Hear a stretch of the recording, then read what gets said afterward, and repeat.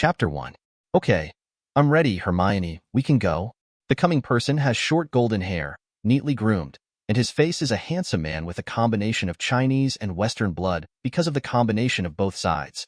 Of course, now he is only 13 years old, so he can only be regarded as a boy.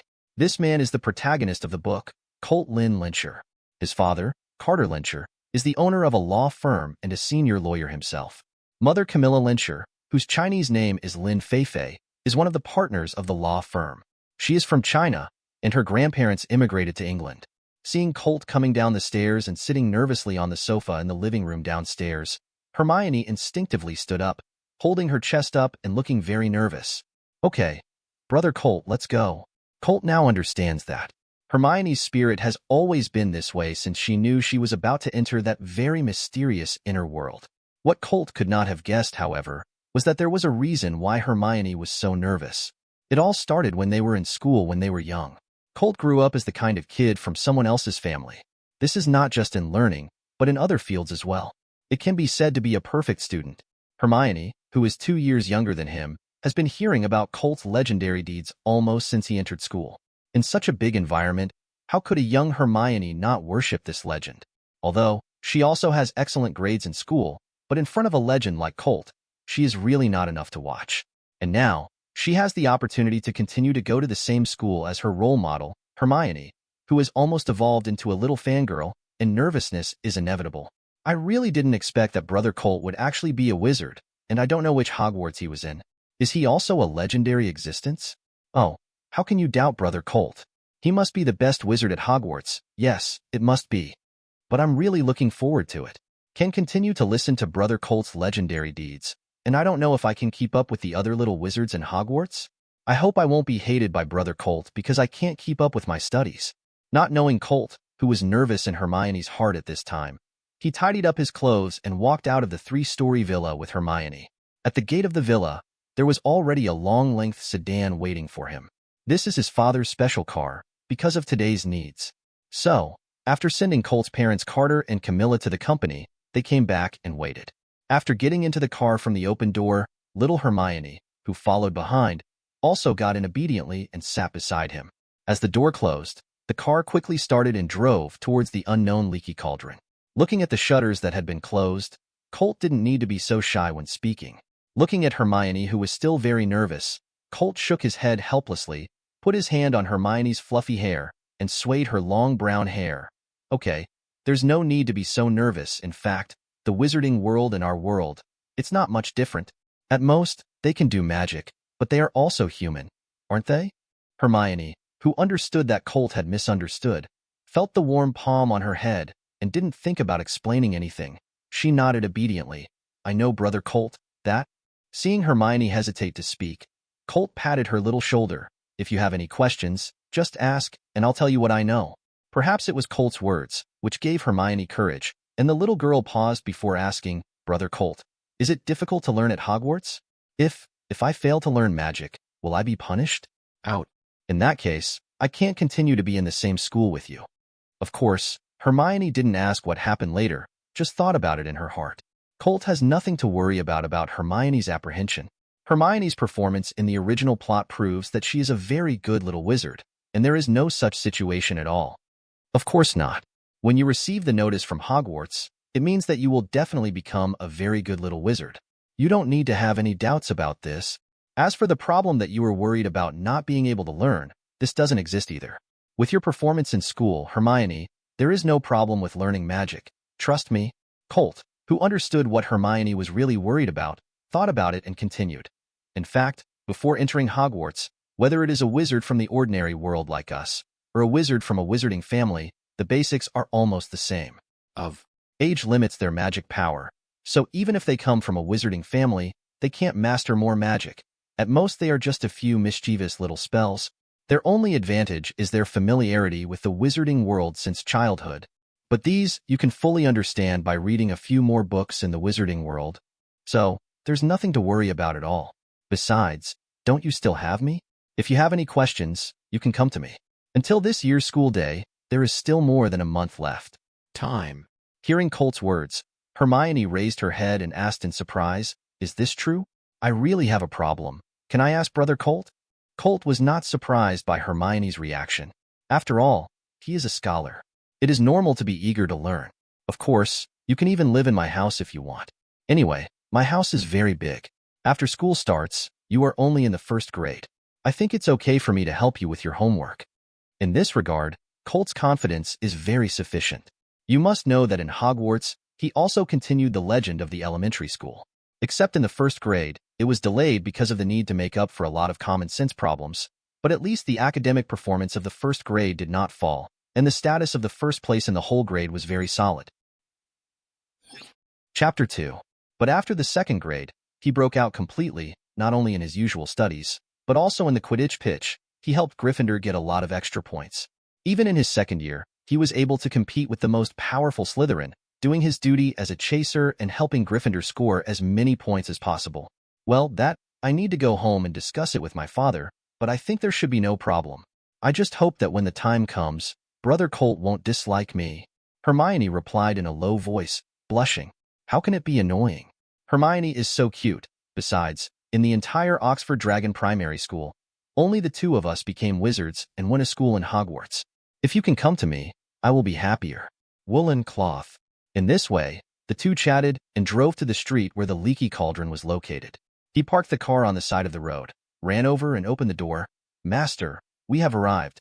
Do you need me to wait for you here next? After getting out of the car and waiting for Hermione to follow, Colt waved his hand. No, we'll be staying here for a while, and I'll call you if we need a car. Hearing the words, the driver nodded without asking any more questions. I see. Then I'll go back to the company first. Well, you go. After that, regardless of the driver, he took Hermione's small hand and walked towards the small bar in the middle of a bookstore and a record store.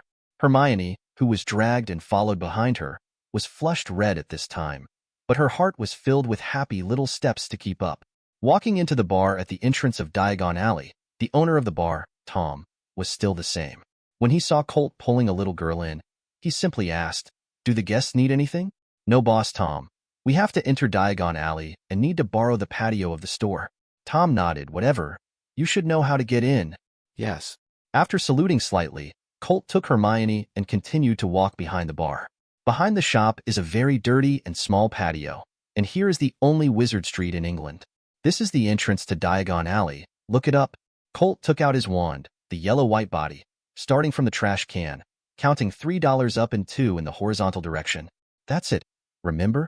Seeing Hermione nodding obediently, Colt continued. Remember to knock 3 times, like this. After 3 taps of Colt's wand, the knocked brick began to shake, and a small opening began to appear from here, and then continued outwards, eventually forming a path leading to a cobblestone-paved path, a street with no end in sight. This is Diagon Alley, Wizard Street. Everything we need to buy can be found here. Wow, this is amazing! Hermione exclaimed in exclamation. However, her voice also caught the attention of the wizards who came and went on the street. After seeing that it was a young wizard who was speaking, he understood the reason and continued to do his own thing. However, this still made Hermione nervous for a while, grabbing Colt's hand and tightening it involuntarily. Okay, don't worry, the people here are still good, at least most of them are. Those hateful dark wizards will not appear here. Well, dark wizard? A wizard who does bad things. Colt's words managed to divert some of Hermione's attention. Let's put it this way. Well, let's go to Gringotts first. Where is the Wizard's Bank, where we can exchange pounds for the coins used by wizards, but each wizard from the ordinary world can only exchange $1 at most. 100 gold galleons. Is that so? Is 100 galleons enough? When I came this time, my father gave me 1,000 pounds. By the way, what is the exchange rate? Well, the money you brought is completely enough. The exchange of pounds to gold galleons is 5 pounds to 1 gold galleon. You can still have 500 pounds left, and the gold galleons are definitely enough. But if you want to buy things other than textbooks, you won't have enough money, but it's not a big problem. I still have a lot of gold galleons here. If you don't have enough money, I can make it up for you temporarily. Well, then thank you, Brother Colt. It's nothing. In fact, if you want to exchange more gold galleons, then you only need to prepare a certain amount of hard currency such as gold or gems. There are no exchange restrictions. Hermione rubbed her chin thoughtfully and nodded. I see. Taking Hermione all the way to Gringotts, the place is still the same, with a large number of goblins sitting on the high chairs behind the counter, busy calculating and weighing. When she saw the goblin, Hermione's hand tightened involuntarily. Perceiving Hermione's nervousness, Colt also clenched his palm and responded to Hermione, which also made the very nervous little daughter breathe a sigh of relief, and her nervousness was greatly relieved. Looking for a goblin who looked relatively idle, Colt took out a golden key from his pocket. "Hello, I need to go to my vault for some money." "Okay, please wait a moment. I'll find someone to take you into the underground vault, Lasso." A goblin came over. Apparently he was Lasso. Led by Lasso, they entered the interior of Gringotts and got on the cart. In order to prepare Hermione mentally, Colt approached Hermione's ear and said softly, "This is one of the characteristics of Gringotts. It feels like a roller coaster in our world's amusement park, but trust me, it is absolutely necessary. Much more exciting than a roller coaster." Although the tingling in her ears made Hermione very shy, what Colt said made Hermione have to be vigilant. The roller coaster is already exciting enough. More exciting than the roller coaster. What is it? And soon, Hermione saw it firsthand. The extreme speed and the ups and downs of the path made Hermione, who was feeling it for the first time, feel terrified. But fortunately, she was always in Colt's arms, feeling the warmth wrapped around her body, and her fearful heart was greatly comforted. This goblin's cart, although frightening, has its advantages. It was fast enough. In less than half a minute, they arrived at their destination, Colt's vault. Chapter 3. This vault was opened when Colt first came here. There is a wealth of wealth that he has accumulated since childhood. A very small part of it comes from the lucky money given by parents during the spring festival. Originally, there is no such custom here in England, and there will be no spring festival. But Colt's mother, who was from the East, gave Carter such a concept. But more, these lucky money are used as startup capital. With the identity of his father's lawyer, he has a network of contacts accumulated by legal consulting mainly for the financial industry. Colt, who has the advantage of foresight, although the university is not a financial major, it still has a great advantage, and naturally these resources will not be wasted. Even if he was only an 11-year-old child at that time, his own savings already amounted to more than £2 million. And in this vault, half of his net worth is stored. By exchanging the purchased gold jewelry in the Muggle world, the gold galleons obtained have more than 100,000 gold galleons. In fact, the difference between using pounds to exchange gold galleons or using pounds to buy gold and then exchange gold galleons is not as big as you think. The reason why Muggle-born wizards can exchange gold galleons is entirely because the wizarding world doesn't use a lot of British pounds. After opening the door of the vault, looking at a pile of Jean galleons lying in the vault, Hermione from a middle-class family was really shocked. Ignoring Hermione's thoughts, Colt went into the vault and pulled a small bag the size of a slap from his pocket. More than 10 gold galleons were stuffed into it continuously, and there were probably thousands of gold galleons. "That's more or less enough." Muttering, Colt stood up and walked out of the vault. Hermione, who witnessed all this, felt very surprised, not because of the gold galleon in Colt's vault, but because of the black handbag he took out earlier. Obviously, there is only a small bag a little bigger than a palm, but it can hold so many things. Is this magic? Aware that Hermione was looking at the dragonskin purse in his hand, Colt raised the purse in his hand and said casually, "This is a purse with a traceless stretch spell. Don't think it's only such a small one, but the space is huge and can hold a lot of things." After explaining, Colt turned to look at Lasso, who was standing beside him, and threw a gold galleon in his hand to Lasso. "This is your tip. Take us up now." After getting Colt's tip, Russo's whole face was covered with a smile. It was his looks that made it hard to watch. After another thrilling voyage, they were finally back on the ground. Pulling Hermione, who was pale because of the excitement, she walked out of Gringotts together. Of course, the exchange of golden galleons still needs to be done, but it is all done by Colt. Hermione this time, but she didn't have that kind of mind. "Feeling better? We still have a lot of places to go," Hermione asked with concern, never letting go of her hand. After she came over, Hermione also noticed this, but she didn't mean to break free. She just nodded with a blushing little face.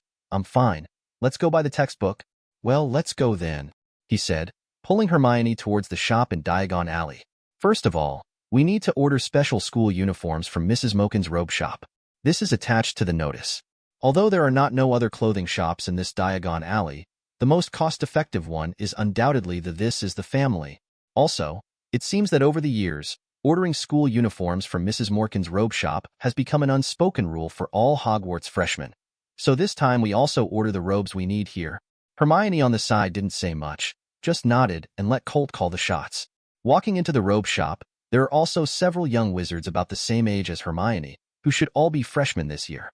After waiting for a while, it was their turn, and with the help of the automatic measuring tape and the automatic recording quill, their size was quickly measured. At the clerk, Colt left their address information, and when the robe was ready, it would be sent directly to the home by Owl. Of course, this inevitably entails paying an extra fee. But it doesn't matter, it's not bad for the money anyway. After leaving Madame Malkin's robe shop, Colt pulled Hermione to a store called Florin Cold Drink Shop and bought 2 cold drinks. The weather is still very sultry now. With twice the cold drink in hand, Colt finally feels a lot better. Next, let's go to the Ollivander wand shop to buy you a wand that is just for you. This may be the only wand in your life, and the wand skills of Ollivander's wand shop, even in the world, it's pretty good. Hearing that, Hermione's eyes brightened, and her heart was full of expectations. With Hermione, he pushed open the narrow and dilapidated door of the shop, and the bell on the door rang crisply, also telling the shopkeeper Ollivander here that a customer was coming. Welcome. Oh, look who this is, Mr. Lyncher, 12 inches full, phoenix tail feathers, spruce wood, very arrogant and tough wand. Definitely the best wand. It's hard to tame, but as it can make it recognizing you. Your future achievements are absolutely extraordinary. Mr. Ollivander has won the prize. Today, I am here to ask you to help my sister Hermione Granger, to find a wand that belongs to her. Ollivander nodded and looked at Hermione, who was being pulled by Colt. Okay, no problem. What is your dominant hand, Miss Granger? Although Hermione was a little reserved, with Colt by her side, she still stretched out her right hand. I'm used to using my right hand, sir. While helping Hermione measure, Ollivander opened his mouth and said what he had repeated many times. Each Ollivander's wand has a super powerful magic substance, which is the essence of them. We use unicorn hair, phoenix tail feathers, and the heart of a fire dragon. Each Ollivander wand is unique, because no unicorn, fire dragon, or phoenix has the same conscience, of course. It would never have worked so well with a wand that was supposed to belong to another wizard. Chapter 4. After these words, Ollivander had released the silver tape measure in his hand, turned back to the high shelf, and began to rummage. Soon he came out with a stack of long boxes. Come and try this. 13 1/3 inches, pine. Unicorn hair core, independent and creative. Innovator the best pursuit. After Hermione picked up the wand, she waved it gently, and the tip of the wand released streaks of golden red magic light. Ollivander slammed his chin and fell into thought. Not bad, but I think there may be better options. With that, he took the wand from Hermione's hand and put it back in the box. Colt also went through such a process, and he also talked about it to Hermione, so it's not surprising. Then Ollivander took out another wand, 10 inches, the nerves of a fire dragon, the magical power of life and death, is a very good wand. People favor black magic for you, but I want to tell you that this is a misunderstanding, and the most important thing is the people who use it. Hermione picked up the wand again, and after waving it this time, she didn't want to be as docile as the last one. As Hermione waved the wand, a majestic and aggressive magic force was released from the wand, pushing all the shelves in the wand shop to the ground, and the wand box above it fell to the ground. This kind of change made Hermione, who was only 11 years old, stunned. Colt took a few steps forward, patted Hermione's shoulder lightly, and said in a gentle voice, "It's okay. Mr. Ollivander won't blame you. It's an accident." Ollivander, who took away the wand from Hermione's hand, also nodded in approval. "Yes, don't worry about that. Compared to this, now choose a more suitable wand for your picky little guest.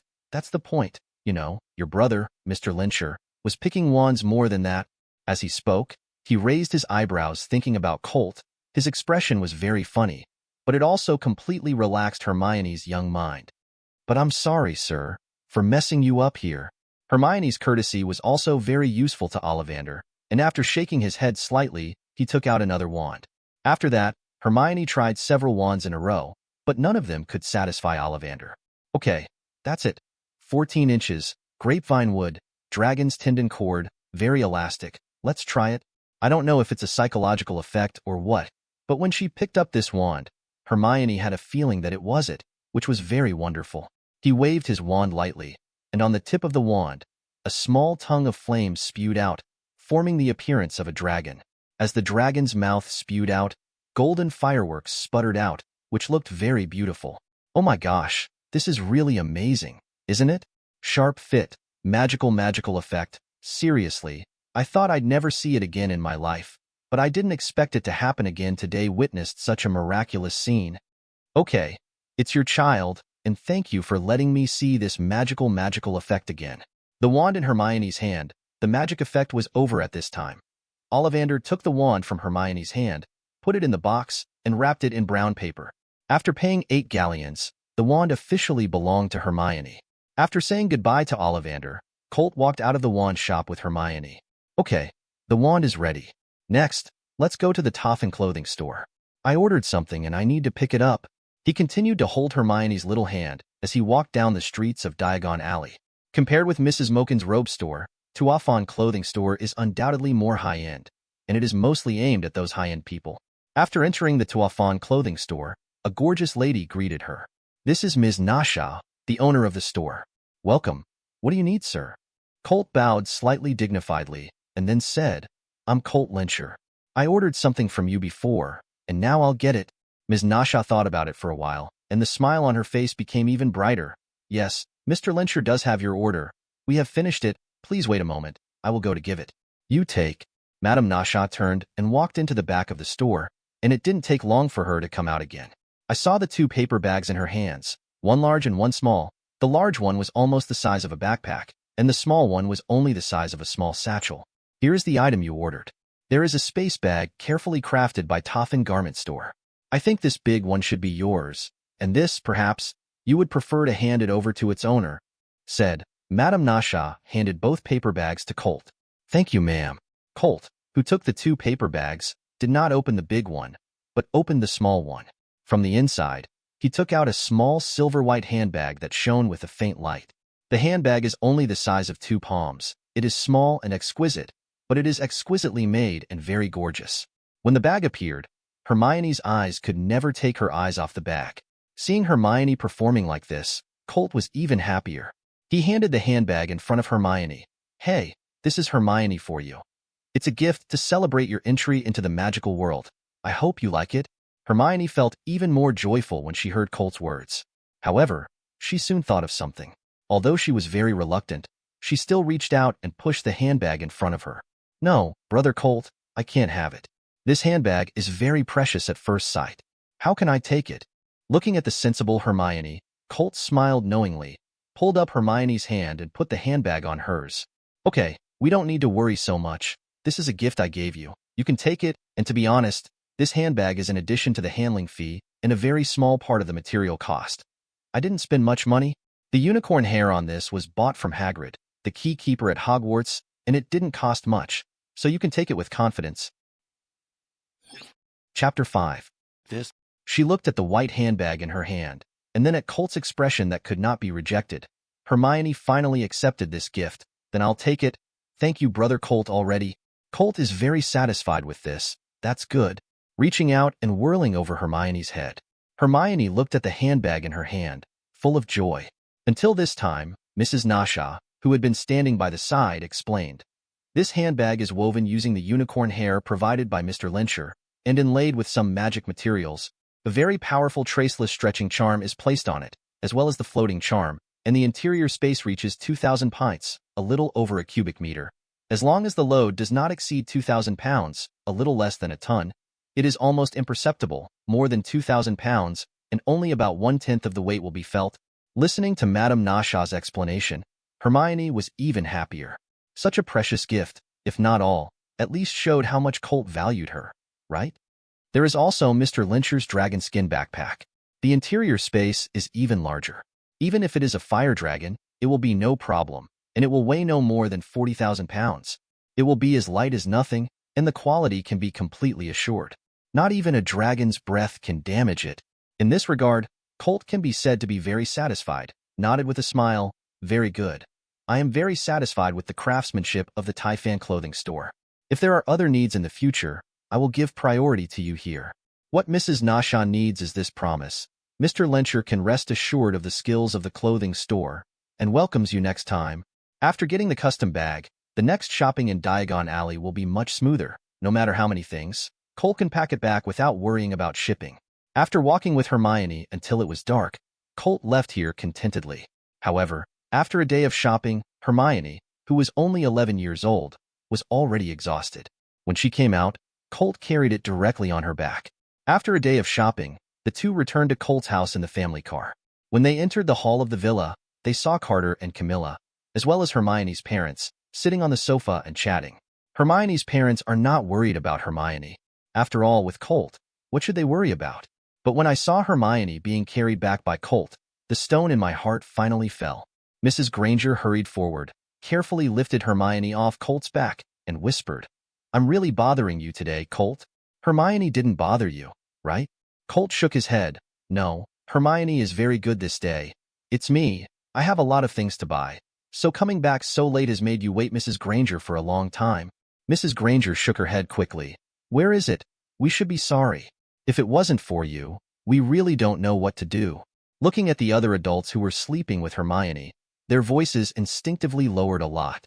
"It looks like little Hermione is already very tired, so why not? How about you stay at my house tonight? After all, little Hermione is so young. Enough sleep will not affect her growth." Mr. Granger agreed with Carter's proposal with only slight hesitation. It was 7 o'clock in the morning when Colt opened his eyes the next day. By the time he came downstairs, Carter and Camilla and the Grangers were already sitting at breakfast at the table. "Oh, my dear, you finally got up. Come on. Today I specially made your favorite Xylong Bell." Camilla saw Colt coming down and hurriedly greeted him to come over for dinner. After breakfast, whether Carter, Camilla, or the Grangers will go to work. In the entire villa, only Colt and Hermione were left. Hermione was very obediently holding a magic book and watching it in the yard outside. Colt also sat aside, took out a somewhat damaged book from the dragon's leather bag, and was also looking at it. He picked it up from the junk shop in Diagon Alley. This has been the norm for almost 3 years. Every time he went to Diagon Alley, he would go there. In the past 3 years alone, more than 5,000 gold galleons have been spent buying valuable old books sorted out in junk shops. But, in Colt's view, it's all worth it. Whether it's some old magic books, manuals, notebooks, or the textbooks of former Hogwarts students, they are treasures waiting to be discovered one after another. This is also Colt's helpless move. After all, he was born in a Muggle, but he does not have the collection and heritage of those pure-blood families. The only way to increase his heritage is this. Although the method is a bit stupid, and it also costs a lot of money, it is undeniable that this method has indeed allowed him to come into contact with magical knowledge that cannot be touched in the textbook. On the table beside, a snow-white quill was flying, quickly recording the knowledge Colt needed. Sorting all the valuable information is what Colt is doing now. As the quill pen quickly recorded the acquired knowledge, in Colt's mind, lines of writing continued to appear on the open page of a book with a gray and chaotic cover. And this book, which Colt calls the Book of Chaos, is his golden finger. According to the book's sequence, Colt also knew what kind of book it was. In short, this is a book that has been floating in chaos. In the chaos, there are all kinds of things, and after encountering them, they will be collected by this book.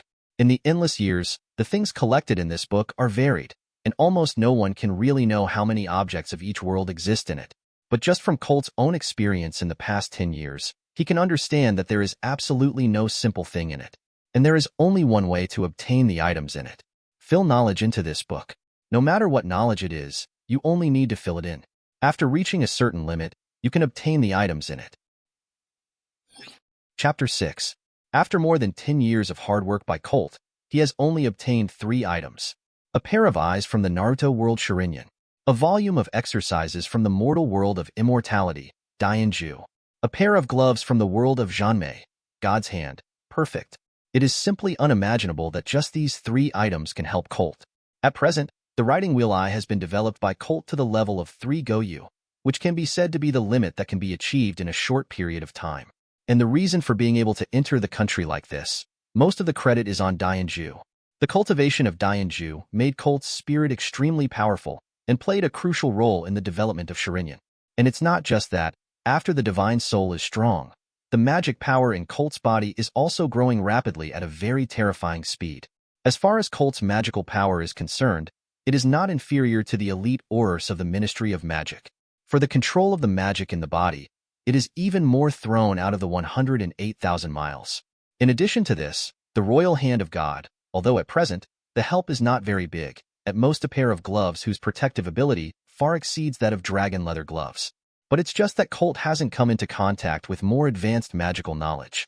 In the future, the god's royal hand will play a very large auxiliary effect on Colt, whether it is refining potions or alchemy. Colt sees this very clearly. With the first 3 examples, Colt is now even more looking forward to what kind of rewards he will get next. Although it is not clear where the so-called limit is, Colt has a very strong hunch that the next reward is not far away after so many years of experimentation. While Colt was busy, a black raven with a much larger size flew in from a distance. When the raven flew closer, he could see more clearly. Whether it's the jet black feathers, the golden yellow mouth, the cold claws, and the agile eyes, all of them show the extraordinariness of this raven. The raven owned by Colt is not just this one. There are 3 more. They are all carefully selected by Colt. They have very powerful magical talents. They have been cultivated by Colt at all costs, and they have grown very well. They are Fian, Chitaki, Taichi, and Dijuan. And now the one who brings Colt the letter is the most outstanding Fian who has grown up. The movement of Fei Yin also caught the attention of Hermione and Colt. Finally, it landed firmly on Colt's long table. Different from the hoarse and unpleasant voice of the ordinary raven, Fei Yan's voice is very rich, as if it can shock the soul. Fian, is this a letter from George? Like other magical creature pets, Fian clearly understood Colt's words and nodded spiritually. With a smile, he took out a piece of beef jerky from the dinner plate on the side, put it in front of Fian, and let it eat. Colt was the envelope tied from its leg. After opening the letter, the contents inside were presented to Colt. Dear Colt, after a summer vacation, we have successfully developed the wand portable device we envisaged, and we have made a few. By the way, for you and your sister, it should be called Hermione, and I also brought 2 of them.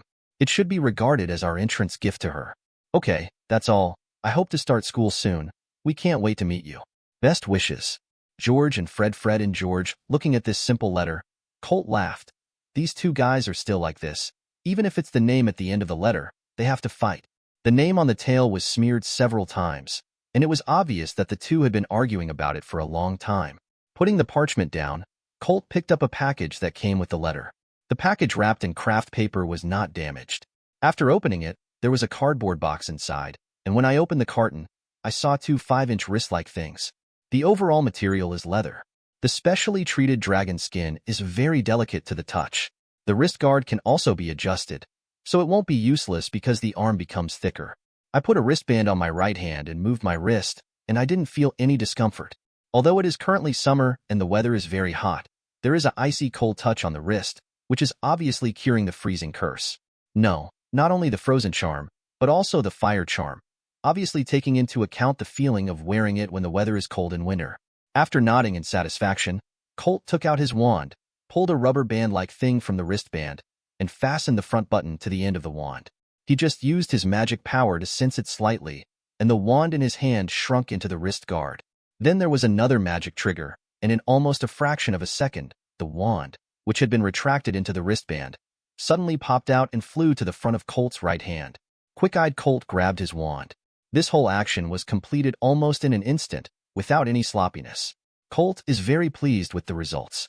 Hermione, who was on the side, also moved her eyes from the book at this time, watching Colt's movements, looking very curious. Smiling, Colt took another bracer out of the box again.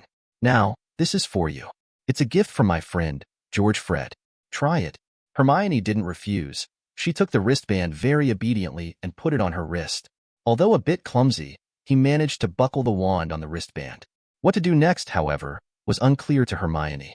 Although she had seen it from the beginning to the end, Colt's very weak magic power fluctuations were not what she could perceive, so she naturally didn't know what to do. Hermione, are you able to control your magic now? Just a little bit. Hearing this, Hermione nodded happily. Yes, I can already feel the magic in my body, and I can simply manipulate and do some things, but I'm not very skilled. It doesn't matter. This is enough. You are now trying to transfer magic power into the wristband. You don't know much. Just a little bit is enough. The magic touch of the portable wristband to retract the wand and release the wand is actually the same. Chapter 7. Just enter the magic power, and if the wand is outside, it will be retracted immediately, and if the wand is inside the portable wristband, the wand will immediately be ejected. This is also to allow users to have a better experience. After all, they proposed this design at the time, originally to make money. If the experience is too bad, how can you sell it for a good price? On the other hand, the activation and use of other functions of the portable wristband, the freezing spell and the flame spell, are more troublesome and require relatively fine control of the magic power to be able to adjust the temperature. But it's not that difficult. Any little wizard who goes to Hogwarts, even a first-year wizard, can have fine-tuned magic control within a month. As Hermione entered the magic power into the portable cuff, the wand in her hand retracted into the portable cuff like a colt. The inside of the portable wristband has a non-marking stretch charm attached, although due to cost considerations, other devices must be added inside to retract and eject the wand, so there is no more space. But just the storage of the wand, there is no problem at all. Hey, it worked, Brother Colt. It's really amazing. The wand is so long that it can be put in. Isn't this the traceless stretching spell you're talking about? Although Hermione is young, she has a very strong brain. He was so smart that he saw a little bit of the situation at once. Nodding his head, Colt said in admiration, "Yes, Hermione is really smart. There is indeed a traceless stretching spell in it, but there is not much space. It can only be used to store wands. You will try it later. Release the wand, but be aware that the wand pops up so fast that you may not be able to grab it the first time. So you need to get used to it." Hermione nodded happily, not only the joy of receiving the gift, but also the joy of Colt's praise, and continued to familiarize herself with the portable wristband in her hand. At the beginning, as Colt said, the wand popped out very fast, and it was not easy to grasp the wand accurately. However, as long as you are familiar with it, there is always a time when you can accurately grasp the wand, so this is not in a hurry. Regarding the design of this portable wristband, it is actually not simple and portable. It also has the effect of resisting the casting effect of the disarming spell. If you are accidentally hit by the disarming spell, the dragon tendon at the end of the wand will forcibly retract the wand the moment the wand is released. The strength of the dragon tendon is naturally unnecessary to say. No matter how powerful the disarming spell is, there is no way to break the dragon tendon. After retracting the wand, it only needs a thought, and it will pop up again. It can be said to be a very practical magic tool.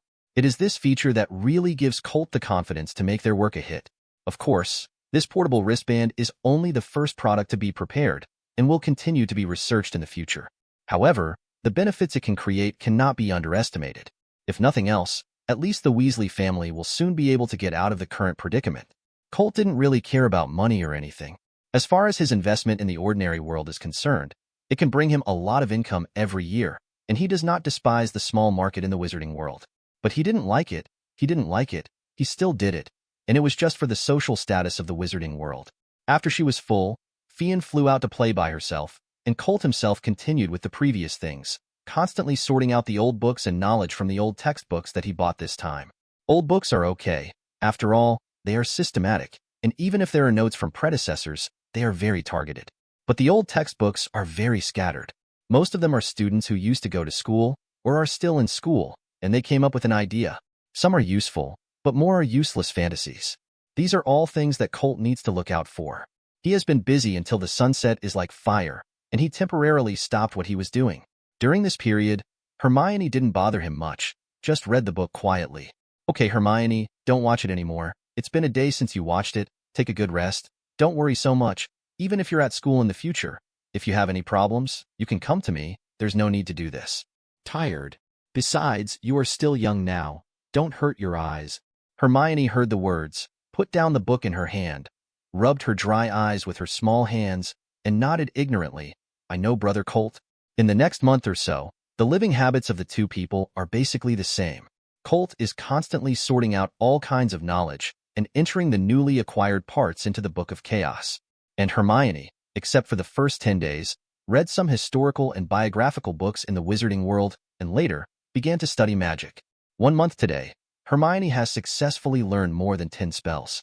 Although most of them are only very simple and small magics, there are also entry-level magics such as clear spring spells and floating spells.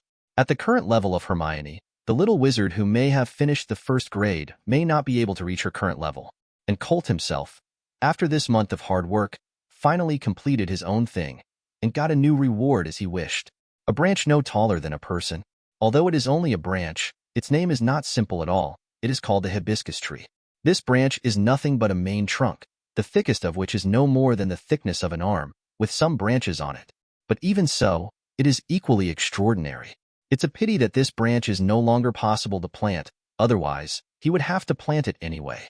But even if there is no possibility of sustainable development, this branch is definitely worth a lot. I still remember when Colt took this branch out for the first time. The 4 ravens that were still playing wildly outside flew back immediately, circling around him constantly, coveting the hibiscus branch in his hand. No way. Colt finally removed 4 small branches from the tree and made a shelf for each of the 4 little guys, so that they could rest on it. This has already made Fian very happy.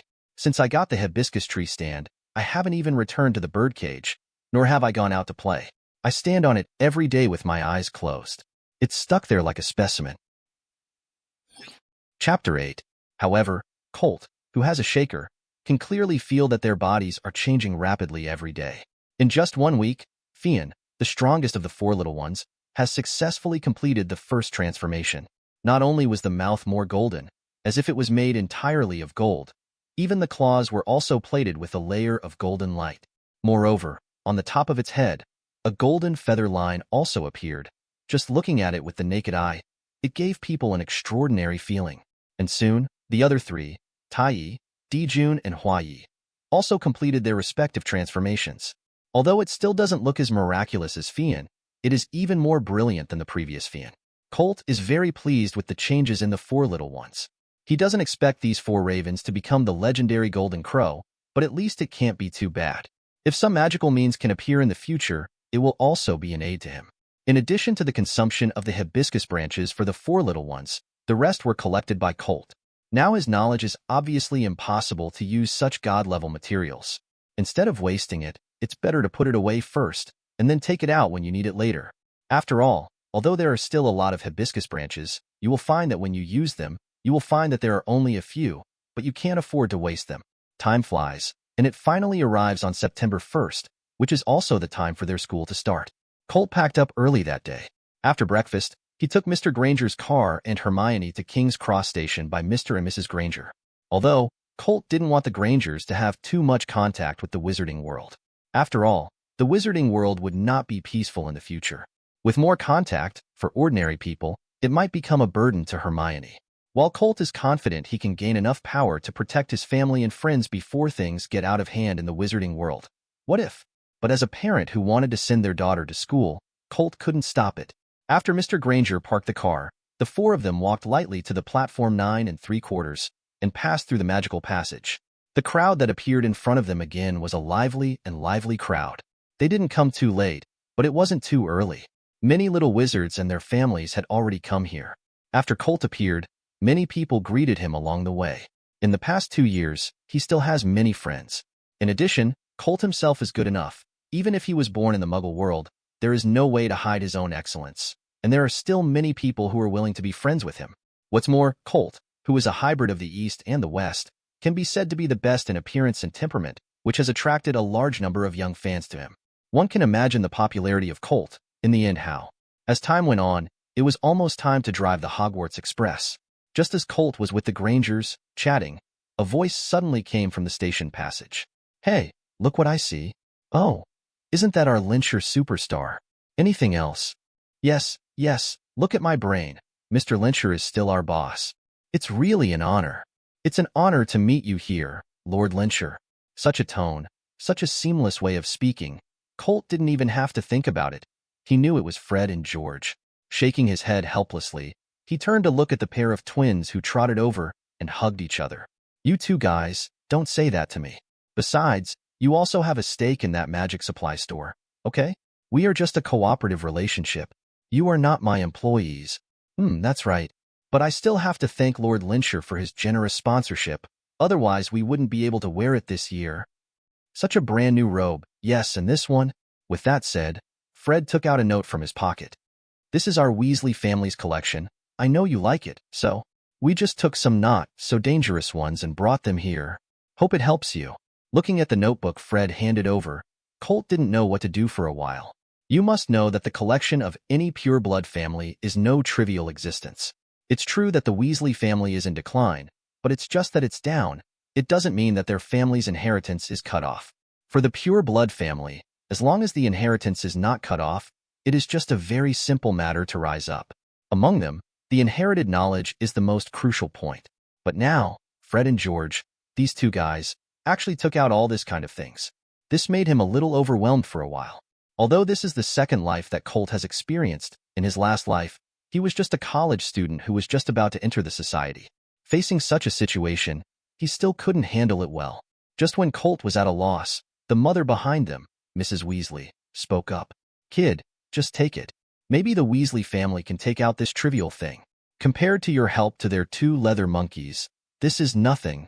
Well, then thank Mrs. Weasley. I will cherish this knowledge." Molly smiled gently. "That's good.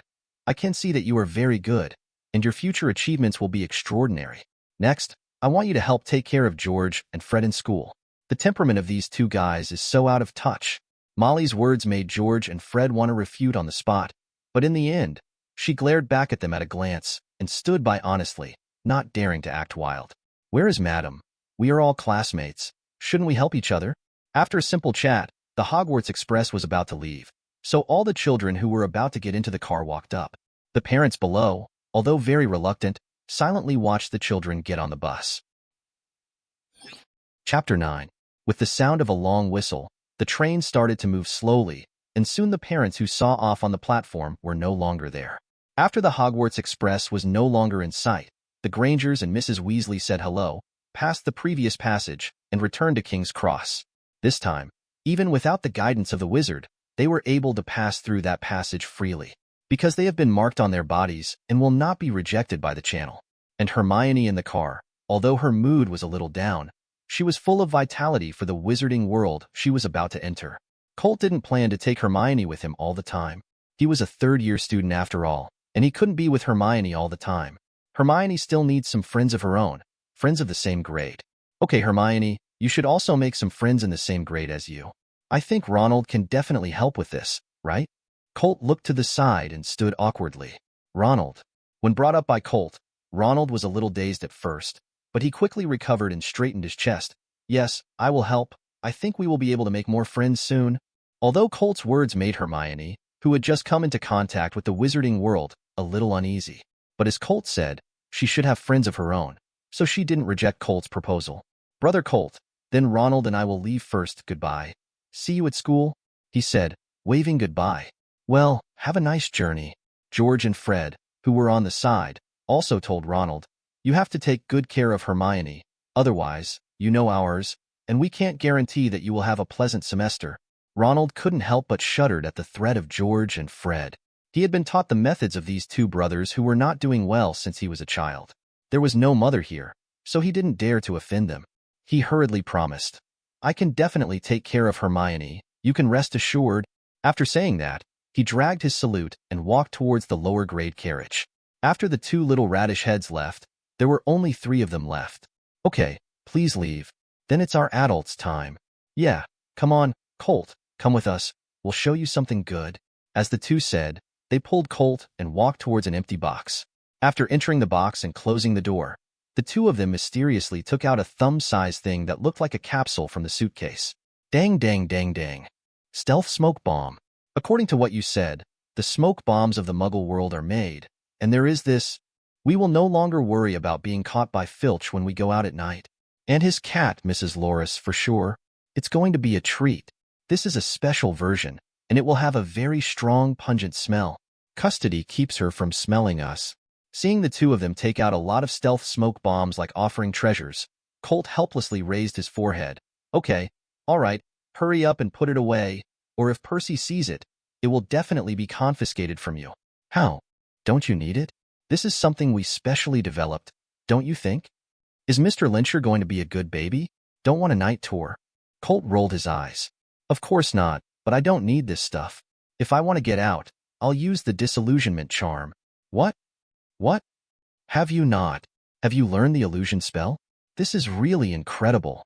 This is high-level magic that can only be mastered in 5th grade. Right, that is it." Seeing how the 2 of them were hesitating to speak, Colt still didn't know what they were thinking. Indifferently, I took out a notebook from my backpack.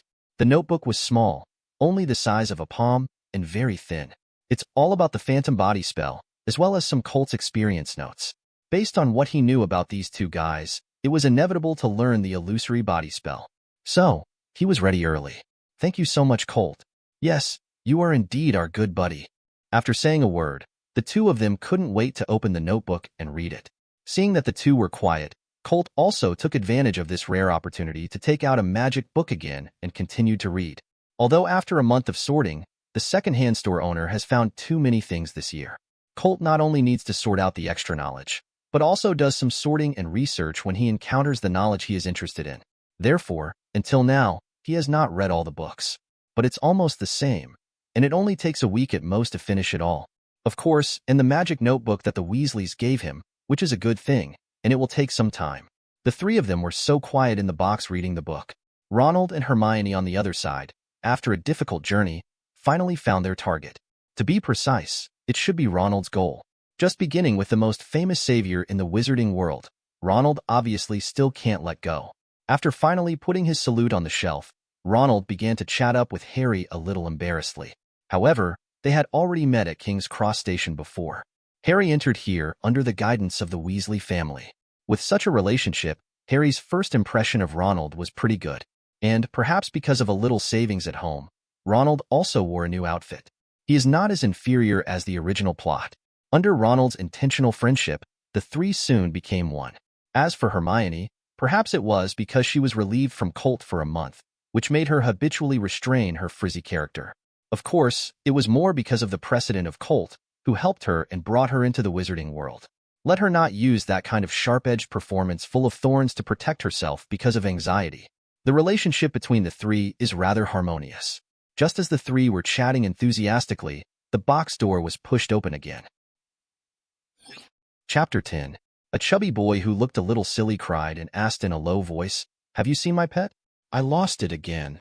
Looking at the boy who suddenly broke in, the atmosphere of the three of them froze for a moment. But soon, the warm-hearted Hermione stood up. "Okay, don't cry for now. What pet are you talking about? Maybe we have seen it." With Hermione's suggestion, Neville finally stopped crying and began to explain intermittently. "That is to say, it's a toad, and its name is Leaf, isn't it?" Hermione summed it up succinctly. Neville nodded quickly and said, "Yes, I lost him again." Ronald on the side also spoke at this time. "My God, I really don't know why you use a toad as a pet. Trust me, Neville, if I were you, I would definitely let it run away by itself." Maybe Neville really liked Leaf. Or maybe Ronald's words were so hurtful that Neville was about to cry again. Harry was a little embarrassed and pulled Ronald's sleeve at a loss. "Don't say that, Ronald." "Neville, we didn't see Leaf, but I thought we might be able to find it for you." With Harry's words, Neville burst into laughter on the spot, and finally someone was willing to help. God knows how he got here all the way. On the other hand, Hermione waved her hand domineeringly. "No, we are wizards. Haven't you thought about using magic to solve problems?" Hermione's words immediately caught Harry's interest. Harry, who had just released the Wizarding World, was actually very curious about what magic was. Now that someone was going to show magic in front of him, he was full of anticipation. "Yeah, we're wizards, but don't forget, we're just little wizards who haven't entered school yet, so we can't do any magic." Ronald was a little unhappy. Maybe because of Harry's attention, maybe because of the magic Hermione was about to perform that even he couldn't. Ronald rolled his eyes. Hermione was really suspicious now. Is Ronald really a little wizard from a wizard family? It seems like I heard Brother Colt say, Weasley is still a very old pure-blood family. How can this guy be so stupid? However, the answer to this question may never be known to her. Using magic power to launch the portable wristband, Hermione's wand snapped out of her wrist and was grasped by Hermione very skillfully. I saw Hermione waved her wand gently, flying here.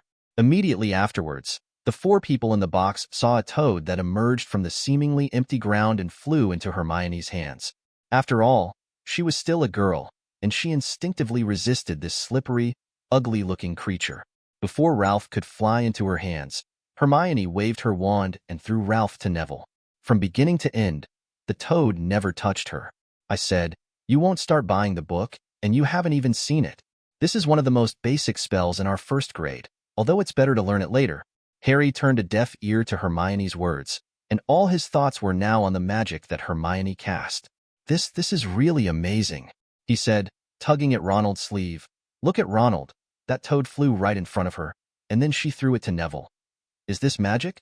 Ronald is a little irritable now, and said very uncomfortable, Yes, this is magic. You like to show off so much. It looks like you are amazing." Of course, this was just Ronald murmured softly, and didn't say it out loud.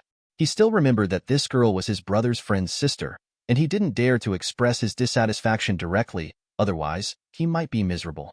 However, although he didn't say it, Hermione was so smart and obviously saw Ronald's dissatisfaction. However, she always remembers Colt's words. Whether it's a child from an ordinary world or a child from a wizarding family, they're still just children, and not everyone is as mature and sensible as you, Hermione. So after you get to school, when you get along with other classmates, you should be more accommodating. There is no need to be serious with them. They are all just arrogant children. Of course, if you really provoke you, you don't have to be polite. Remember what I taught you? Hermione asked curiously. Is that the leg-locking spell? She still remembers Colt rubbing her head and complimenting her with a soft smile. Yes, Hermione is still so smart. Of course, it's not just leg-locking spells, but also shut-mouth spells, golden bell spells, fire spells, throwing spells, and front teeth spells. In short, you can ignore them, but you can't let them kick their noses.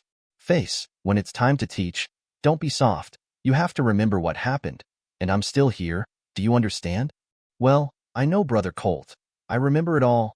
Thinking of Hermione here, she no longer cares about Ronald's petty emotions.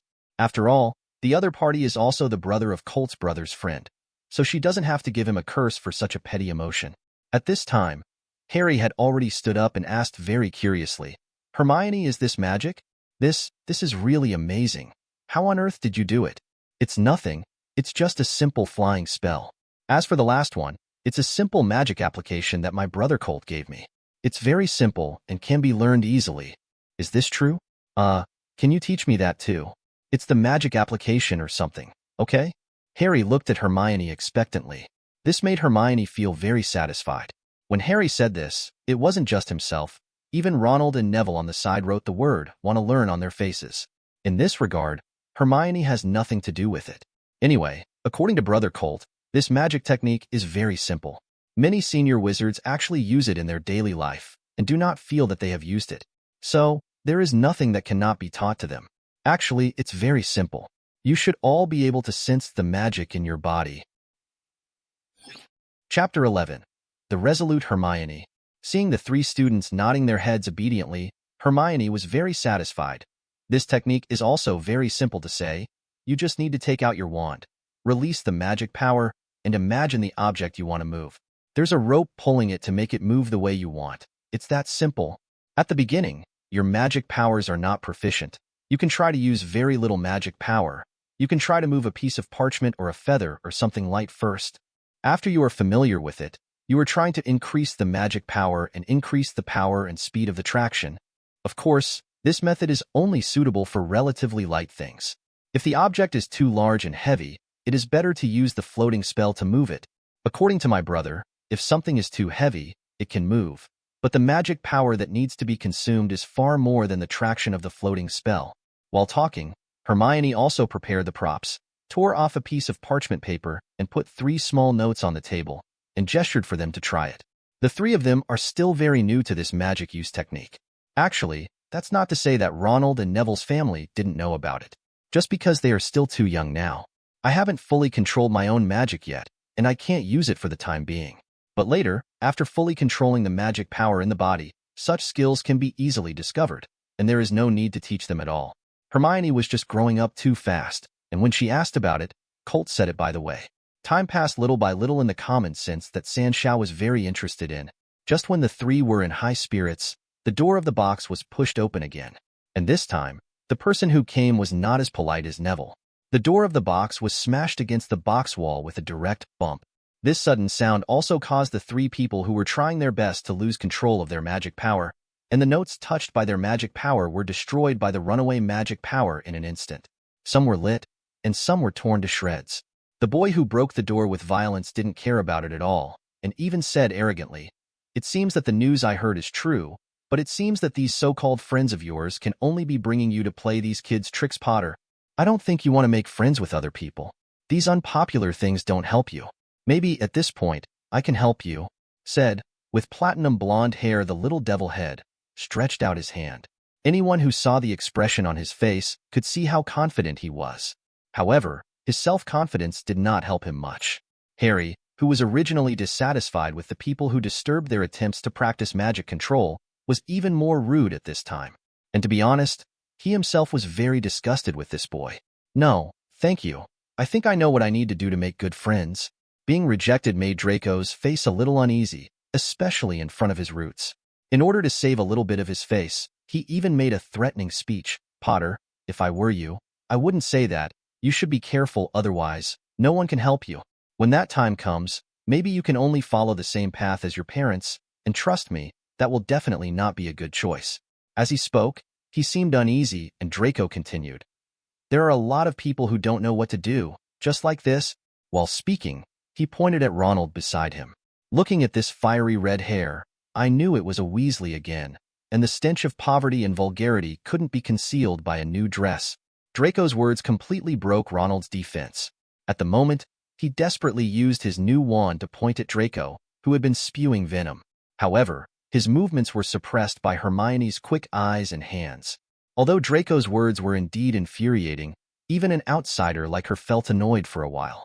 However, reason prevailed over anger in the end, and she still thought that pulling out her wand and casting a curse on Draco on the Hogwarts Express was definitely not a wise choice. However, at this time, because his words prevailed and Draco, who was complacent, didn't think that Hermione's behavior was what he wanted. Moreover, he did not believe that the traitor from Weasley would have excellent magical attainments. Instead, because of Hermione's obstruction, he focused his attention on Hermione. Look at that. Who is this? Don't use your brain. Just smell it with your nose, that stinky smell. I can know. This must be a dirty mudblood. Do you think you have become a noble wizard with a wand? I really don't know what to say. How much can you achieve from the filthy blood of your parents? It's better to go back to your nicking early and play in the mud pitifully. Obviously, at this time, Draco has completely released himself, and there is an endless amount of horrible venom in his mouth. It seems that if all the venom is not sprayed out, he will be very uncomfortable. This time, however, he was clearly messing with the wrong person, and while Hermione didn't care what mudblood wasn't, as a mature girl, she didn't want to bother with a spoiled child. But now Draco has insulted her parents, and even, according to the other party's theory, even Colt was included. This had to make her stand up. Perhaps, the kind of arrogant child Colt told him was the one in front of him. Without the slightest hesitation, the magic wand was already in her hands in the blink of an eye. With Colt's instructions, she didn't have any hesitation, and without hesitation, she first used a chokehold and blocked his mouth. Then 2 consecutive leg-locking spells subdued the 2 bodyguards following her. In terms of combat, Colt also told her a lot of experience this month, so she knew very well that for them, the biggest threat was not this pure-blooded guy with a mouthful of feces. Chapter 12. Instead, it was the 2 big, burly guys. After all, for them now, magic is nothing, and it is impossible for them to master a few magics. Even Hermione, despite Colt's training, can only release 4 or 5 spells at most, which is the limit. Not to mention the 3 boys behind her. It looked like one person could possibly beat all 3 of them, let alone 2 big guys. Therefore, it is obviously more important to solve those 2 people first. After restraining the 2 guys, Hermione's wand pointed at Draco again. At this time, Draco finally realized what happened. There was no longer the complacent look on his face. The panic on his face showed the fear in his heart at this time. However, that wasn't the reason Hermione would let him go. Hot and hot. The front teeth contest is great. 2 consecutive small curses were cast, and finally Hermione's magic power was completely exhausted. But it didn't matter anymore. I saw Draco at this time. The front teeth in his mouth were growing wildly at a very fast speed. In the end, he couldn't hide it, and it burst out of his mouth. Besides, there was also a burning pain on his face, as if he was being roasted on the fire, which was very uncomfortable. Soon, a lot of red dots appeared on the face and eventually covered the whole face. At this time, the dull brains of the other 3 boys in the box finally came to their senses.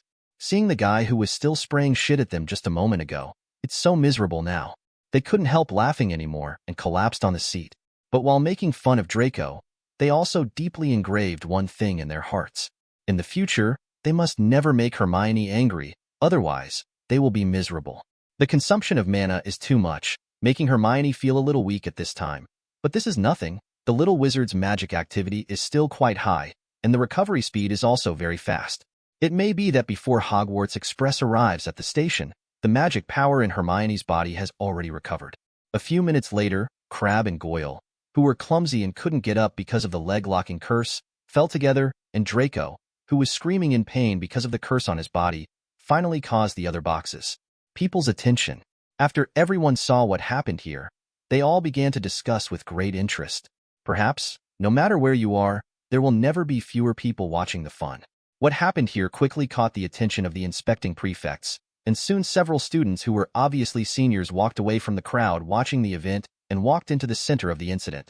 And with them came Colt, George, and Fred, who were informed by Dijun Colt had sent Dijun to Hermione as her messenger from a long time ago. Of course, it's not pets or something. Girls' pets, it's better to be cute. Just when Hermione released the spell, the smart Dijun flew out to find Colt. After all, when things get bigger, someone must come to help. Otherwise, there is no doubt that the last victim will most likely be Hermione. After all, compared to Draco, a little wizard from an ordinary world is incomparable in many ways. And that's exactly what happened. As soon as those prefects appeared, they saw Draco with a red and pimpled face.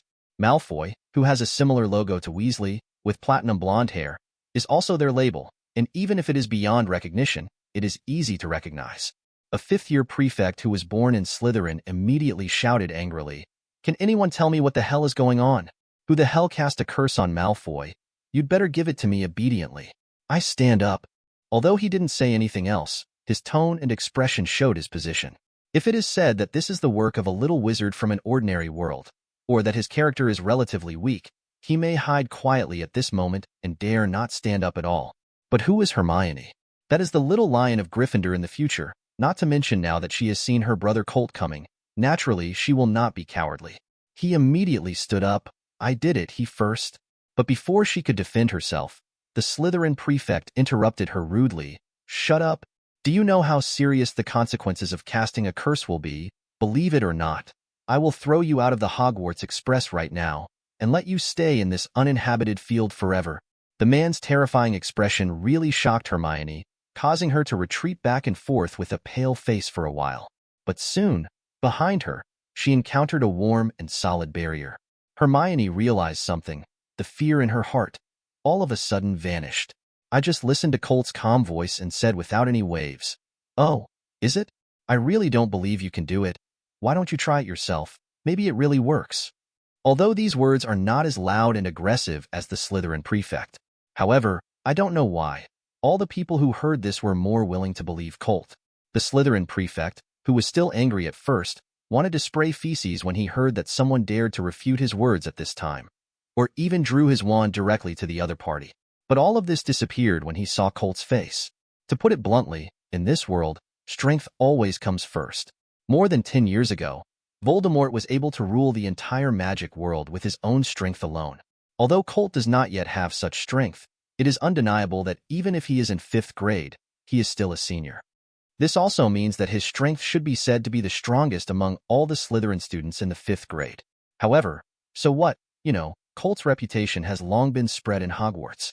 Since the end of Colt's first-year term, he suggested to Principal Dumbledore to reopen a practical class to make up for a part of the knowledge that he couldn't learn in the Defense Against the Dark Arts class. In the coming year, this practical course called Actual Combat was completely established. Chapter 13. As the professor of this course, it was Snape who had always wanted to be a professor of Defense Against the Dark Arts. Of course, this course is a supplement to the Defense Against the Dark Arts course. There are not many courses, and it is not a compulsory subject. Therefore, Snape was still serving as a potions professor until now. And in this course, there is this special project to train wizards' actual combat ability. It was also on this project that everyone got to know Colt anew. Just relying on the knowledge learned in the 2nd grade, he was able to remain undefeated under Snape's attack. Although, there was a reason why Snape didn't use his full strength, let alone black magic. However, it is undeniable that Colt's strength is absolutely terrifying. Even if he was only able to dodge, resist, and maintain an unbeatable situation under Snape's attack. If that's the case, it's nothing, but in which battle Colt has shown, the mastery of magic spells, the flexible use of magic power, and many other aptitudes make people feel the Golden Altar. Such an achievement has already made all the students at Hogwarts regard him as a legend. As for the rumors from the students, even the 4 deans of the academy, including Snape himself, Although they did not admit it positively, they also revealed a part of their approval attitude to all the students through their attitudes. It is conceivable that Colt, who has such an achievement, is under a lot of pressure now standing in front of him.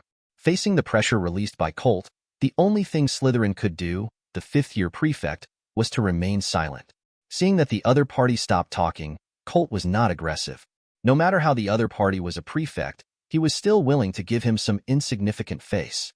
So, instead of targeting the prefect, he turned to Hermione in front of him. "Tell me, what the hell is going on?" With Colt's words and the tendency of everyone around him to follow Colt's lead, Hermione became more courageous. No, perhaps it should be said, Hermione's courage has always been great. Hermione, who explained the whole thing in a clear way, made it clear to everyone. When the last sentence was finished, Colt glanced at the prefect. In the past, because of unknown reasons, the choice of the partial gang was destined to be a student of their college, and at the same time, it was still Malfoy with a very powerful family force. But now, having understood everything in front of Colt, he would never dare to do so. He lowered his head and looked like you decided this matter. Malfoy, who was covering his face and waiting for the decision, was a little dumbfounded. However, before he could turn his head around, Colt's voice rang out. The right and wrong of this matter is already obvious. Since all of them have not really entered Hogwarts, it does not constitute a violation. So, if I want to see this matter, let it be like this: everyone is gone. Colt's words are already obvious, but what he said is not wrong, plus the strength that Colt itself represents. Therefore, the old students present, including Slytherin students, didn't say much, and began to gradually spread out from the periphery and return to their own boxes. As for the victims of the incident, Draco and his 2 bodyguards. At this time, he could only stand in the same place with anger and dare not speak. He wanted to wait until the people around him dispersed and hurriedly return to his box. This time, he was really embarrassed. Although there is still a lot of unwillingness in his heart, but his character is cowardly and playful. If he really wants to make him go up, he wants to get justice for himself. Stop teasing. He doesn't dare. After everyone left, there were only Hermione and the 4 of them and George and Fred who came with Colt. Although their minds hadn't turned the corner, even Harry and Ronald could clearly feel that after Colt appeared, the atmosphere of the whole scene became obviously very weird. Hermione was so smart. How could she not feel it? Where? Out of curiosity, Hermione finally asked, "Brother Colt, why? Why do they seem to?" She didn't finish her question, because even if she was as smart as her, she couldn't think of it, or dared not think about that possibility. On the other hand, George and Fred, who were on the side, spoke happily. "Yes, they are. Scared. Yes, I'm just scared." Finally, the 2 of them affirmed in unison. Such an answer caused the 3 little ones present to feel a little stunned for a while, which was very inconceivable. It's okay. If you can be in the 2nd grade too, fight for more than 10 minutes with one of the 4 chief deans of Hogwarts, and to be able to remain unbeaten, even, still able to deal with it calmly, then I think that the students of the entire college will also have such an attitude towards you. The words that George and Fred said one by one really shocked the remaining 4 little ones. The amount of information in this sentence is really too large. 2nd grade. They really don't dare to think that they can do such a thing just in the 2nd grade. If they were, they felt that they might not be able to do it until graduation. Colt shook his head amusingly. "Okay, George, Fred, don't talk too much." Then Professor Snape didn't exert his full strength, and I was only able to barely keep my distance by virtue of my own speciality. It's just defeat. It's nothing. Wow. That's what Colt said. Versailles. That's right, Versailles. It's nothing, then you tell us. This year, what level do you want to achieve? Faced with the teasing of the 2, Colt had nothing to say. He seemed to be quite Versailles just now. "Okay, we're leaving too. After all, this is your 1st-year carriage. It's not a big deal for us to stay here. Remember what I said? We don't cause trouble, but we're not afraid of trouble. If someone is really too bearish, then pull out your wand and I'll be there for anything." When Colt said this, I don't know if it was an illusion or what. Ronald always felt as if Colt gave him a special look, but he wasn't sure either. It was only his own delusion at the time. Chapter 14. After the 3 of Colt left together, the whole box regained its calm. However, the atmosphere at this time was obviously different from before. The Hogwarts Express didn't slow down because of what happened inside the carriage. After waiting until it was completely dark, they finally stopped at Hogwarts Station. As the Hogwarts Express stopped, The senior students were accustomed to getting out of the car quickly and walking towards the jungle beside them. There, carriages pulled by yestrels were already waiting. As for the new students, they all gathered together under the greeting of Hagrid, who was holding a lantern. They waved to Hermione from a distance as a greeting, and then got into a carriage with George Fred, along with their other roommate, Blackley Jordan. The carriage drove smoothly on the road in the jungle, and soon arrived at the gate of Hogwarts Castle. Follow the flow of people into the Hogwarts Great Hall, and take a seat at the Gryffindor's long table. After waiting for more than half an hour, this year's freshmen finally entered the auditorium under the leadership of Professor McGonagall. The little wizards all looked nervous and at a loss. This is normal. Can anyone here guarantee that they will not be nervous when they come here for the first time? After a simple arrangement, the Sorting Hat, still like a tattered hat, began his performance this semester. When I saw this for the first time, Colt was really curious, and even directly used the writing wheel to observe what the Sorting Hat really was. It's just that Sherinian is not the real eye in the game, and has no ability to detect data. What he can see is only the powerful and pure magic power contained in it. This is the third time I've seen it, and Colt has lost interest in it. What he is looking forward to more is the next sorting ceremony. Although it was almost certain that Hermione would be assigned to Gryffindor, there was a contingency in everything, and it would be a pity if something went wrong. Fortunately, what Colt feared didn't happen, and Hermione was indeed a good fit for Gryffindor. More importantly, Colt was also in Gryffindor, so in the end, Hermione was also assigned to Gryffindor.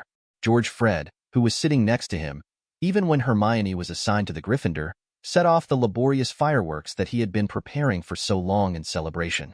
Such a big scene made the little girl feel embarrassed.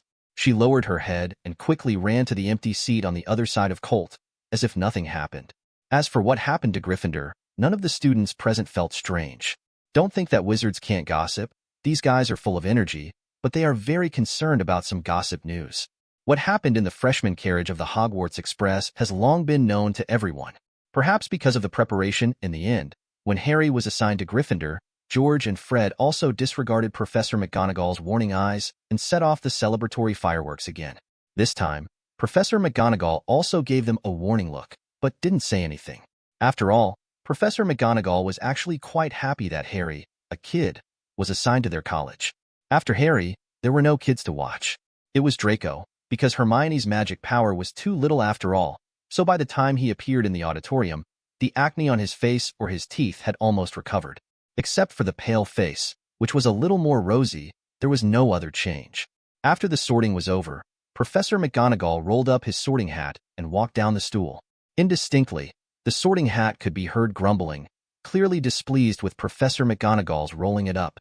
However, Professor McGonagall apparently did not intend to ignore it. Maybe Professor McGonagall could be a little bit nicer about it if it could talk a little bit about hygiene and get her to cast a cleansing spell. Welcome. Dumbledore stood up, opened his arms, and said to everyone with a smile, "Welcome to Hogwarts to start the new school year, and before that, I want to say a few words, that is, idiot, cry, nose, residue, screw. Thank you all." When Dumbledore sat down again, everyone applauded in a big way. However, because of his few words, the students present had some small discussions. Colt didn't have that much thought, though, even though he ate quite a bit on the Hogwarts Express. But now that he is growing, he needs a lot of nutrition. At this time, his chest is already hungry and his back is on his back. If he doesn't eat anything, he feels that his stomach will melt. Although, he still can't adapt to these foods that are only roasted, boiled, and fried, but he can't help it. However, although the method is not very good, it is undeniable that the ingredients themselves are still quite high quality. After taking out some specially prepared seasonings from his pocket and adding some different flavors to the already tired food, Colt began to feast on it. Hermione, who saw his action, and George Fred all started to look at him, which made Colt, who was eating happily, a little uncomfortable. There was no other way. He could only take out 3 bottles of special seasonings from his pocket and hand them to the 3 of them. After getting what they wanted, the 3 of them smiled and thanked them and started Colt-like operations. Colt finally let out a long sigh of relief after eating something to refuel his empty stomach.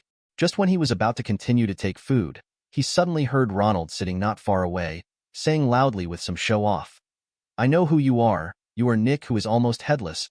And after Ronald, someone asked in a very disproportionate way, "Almost headless? How could you almost have no head?" This made Colt suddenly think of some very bad memories. In order not to affect his appetite for the next meal, Colt could only stop it aloud. Okay, if you don't want the next mealtime to be unpleasant, don't ask more questions. Now, let's eat now. After hearing Colt's words, all the little wizards present closed their mouths in an instant and hurried to eat honestly. Chapter 15. This made Sir Nicholas, who was still a little unhappy, heaved a sigh of relief. In his opinion, it was obviously not a pleasant topic. After giving Colt another thankful look, he continued to sit there and watch the other little wizards eat. The phrase full, warm, and lustful may not be suitable for these little wizards who are not yet adults, but it is certain that they will be sleepy when they are full. After all the food on the table on the spot disappeared, everyone sat down again, wiped their mouths, and looked at all the professors on the teacher's seat. In this quiet atmosphere, Harry suddenly hummed, ouch. The voice seemed very abrupt, and Percy next to him asked with concern, "What's wrong, Harry?" But Harry didn't say much, just replied, "No, nothing." And just as he said, the burning sensation of the scar on his head disappeared in just an instant. Who was the teacher who spoke to Professor Quirrell? Harry's question made Percy a little surprised. As a professor of defense against the dark arts, Percy was also a prefect because he was a prefect. But he didn't ask any more, just returned to Harry's question. That's Professor Snape, who taught us potions, and of course, he also serves as our practical teacher at the same time. However, you don't have to worry about anything, although what does Professor Snape say? It's more inclined to their Slytherin Academy, but it's not too much. As for the practical practice class, you are only in the first year, and the professor doesn't it will make you fight now, at least in the second year. Harry was a little surprised. He didn't expect that that was the professor who made the Legend of Colt.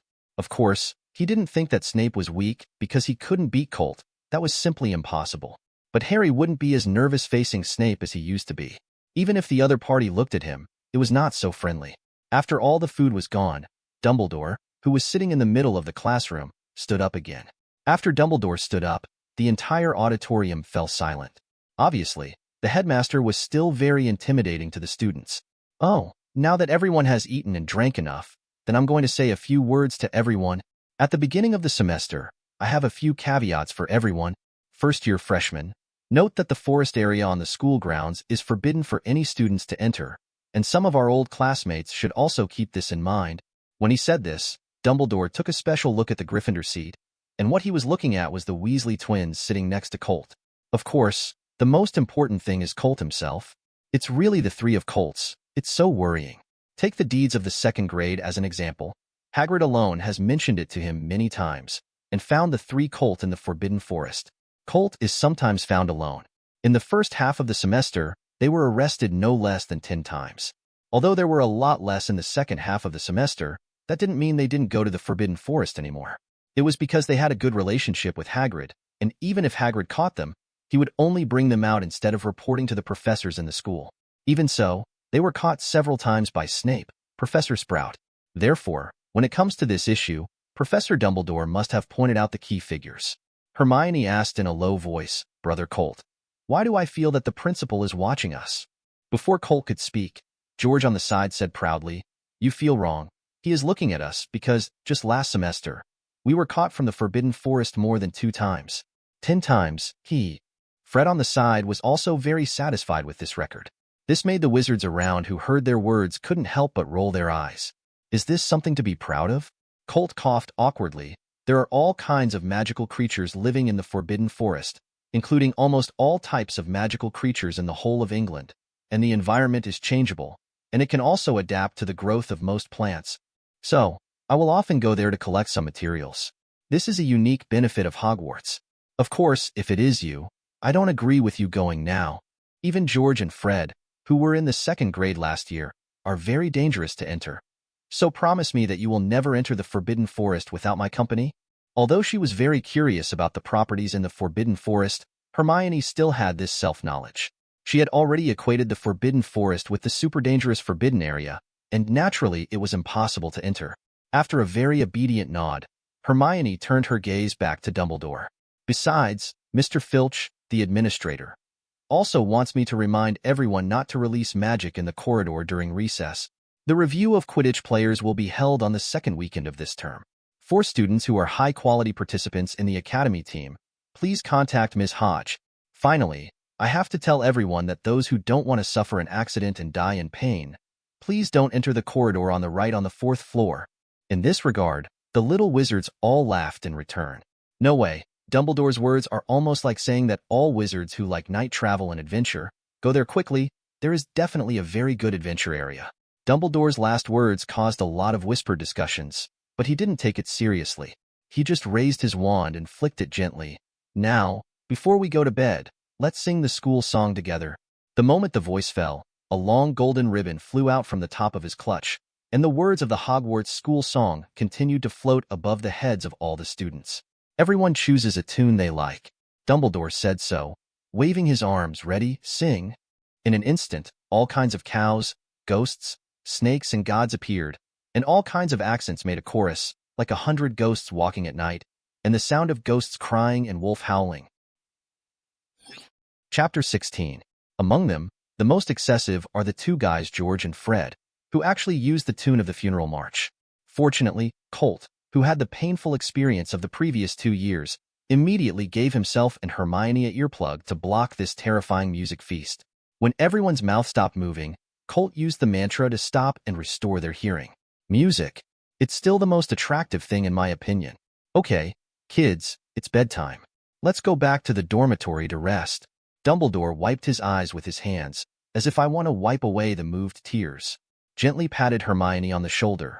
Okay, follow Percy. He's the prefect who will lead you to your dorm this year. After all the first-year freshmen left the auditorium, the old students were left here. Although some of them returned to the lounge to rest, some of them walked out of the auditorium chatting with their friends in 2s and 3s. The more diligent ones have already started picking up the textbooks for this semester and starting to preview the above content. Perhaps this is not the first time they have flipped through their textbooks, but they still tire of it. And such people don't need to think much to know that they are students of Ravenclaw. Colt and George are obviously not the hardworking ones, at least, not George.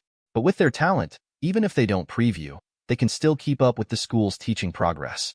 As for Colt, he has the ability to never forget, and he only needs to watch it once. During the summer vacation, he had already finished it. At this time, they were following Hagrid, who came out of the auditorium, to his woodside hut. To be honest, the first time I heard that there was a little wizard who had mastered so many spells before school started, and was able to arrange his insignificant magic power in an orderly manner during the battle, I was the first to think of you, kid. Haha, yes, that's Colt's sister. Aha. It's also possible that it's not necessarily a love sister. Yes, after all, there is no blood relationship. We grew up together. What should this be called? Childhood sweethearts. Yes, it's a childhood sweetheart. If it is so naughty, it goes without saying that it must be George and Fred. And the other people who heard these words unconsciously distanced themselves a lot from the two. Sure enough, just as the two happily high-five each other to celebrate, 2 spells have already hit them. I saw the two who were very happy, and even more happy. They couldn't stop laughing and laughing, and the way they danced and danced all indicated that they were really happy now. If the begging and tears in their eyes can be collected, it will be more real. But what is very strange is that even so, the two keep up with Hagrid in their footsteps. This made people who saw all of this shivered, and it seemed that Colt's magic was even more advanced. The two danced to Hagrid's hut until they finally stopped. The 2 people who stopped leaned on their knees and panted, obviously exhausting them all the way. Leaving George and Fred alone, Hagrid went straight into his cabin and took out a large bag. Hey, here are the materials I collected this holiday, and what you call the ball escape birds, but I spent a lot of money to finally get them into the cage. Honestly, there is a special spell in the cage that prevents them from escaping from it, but don't open the cage otherwise if they run away. I'm not sure I can catch them again. Colt took the bag and the bird cage. Thank you so much, Hagrid. Don't worry. I've been looking for what you want. I'll bring it to you when I find it.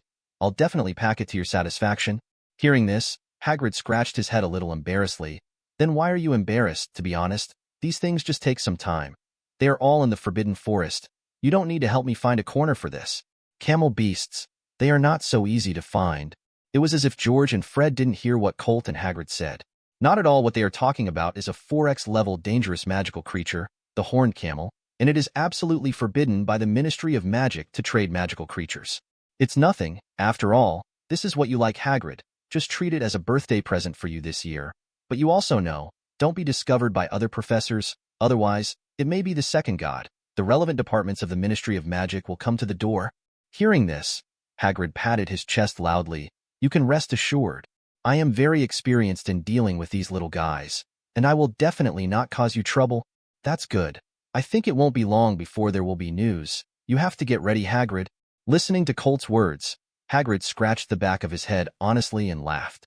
After Colt packed everything in his hands into the backpack behind him, he and George Freddy left.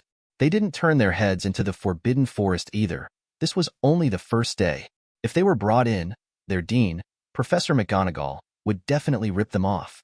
Colt didn't want to mess with a woman, especially a dean who was serious and responsible like McGonagall. When we got back to Hogwarts Castle, it was almost time for curfew. The three did not dare to delay, and hurriedly walked towards the Gryffindor lounge. When he came to the portrait of the fat lady, he casually said the password. The fat lady obviously didn't want to talk to them more. Compared with Colt and the others, the fat lady obviously liked those good boys who were polite. When I walked through the passage and came to the lounge, there were not many people left here. After saying hello to a few people, I returned to the bedroom early. After washing up, I lay on my bed and fell asleep. When they woke up the next day, it was getting late. After hurriedly washing up, they came to the auditorium. Hermione, a good student, had already had breakfast by this time, and, while eating, Hermione was still reading with a book in her arms. "Hey, Hermione, you're here so early." Colt greeted and made his way to Hermione. Very domineeringly, he closed the book on Hermione's table. "Okay, I told you, don't read books while eating. It's not good for your health, and you are still growing, so eat carefully." Chapter 17. If it was someone else, Hermione might just ignore it and continue to open the textbook and read. But the person who spoke was Colt, and Hermione could only playfully stick out her tongue and start eating seriously. After a meal, all the desserts on the table were removed at the end, but they still didn't see Harry and Ronald. Shaking his head helplessly, Hermione said in an old-fashioned manner, "It seems that some people are going to be late for their first class, and they haven't had breakfast yet. By the way, Brother Colt, what's your first class in 3rd grade?" Colt looked at the class schedule just sent by Percy, raised his brows, and said with a smile, "Our first class was a practical class, but I didn't expect this to be the first class. It seems that there is some fun already." Hermione, who didn't understand what Colt was saying, cast her suspicious eyes on George and the others next to her. George and Fred were not very interested in the first class, but they still explained, in the actual combat practice class, the basic process now is 3 to 5 people, challenging Colt at the same time. If it is successful, then all the homework in this course can be avoided, otherwise it will be miserable. The old bat is very cruel to students, especially our Gryffindor students. Yeah, this will be the beginning of another misery. I really hope that someone will be able to put a curse on the actual combat practice class, so that we can change a teacher every year. At least replace the old bat. Seeing the grimacing faces of the three, Hermione couldn't help laughing, giggling. Colt wouldn't have the slightest sympathy for the poor trio. If he gave them water, it would be him who would be unlucky in the end. In order to have less homework and more time for himself, he could only use his magic wand helplessly and give full play to his strength. By the way, what's your first class today, Hermione?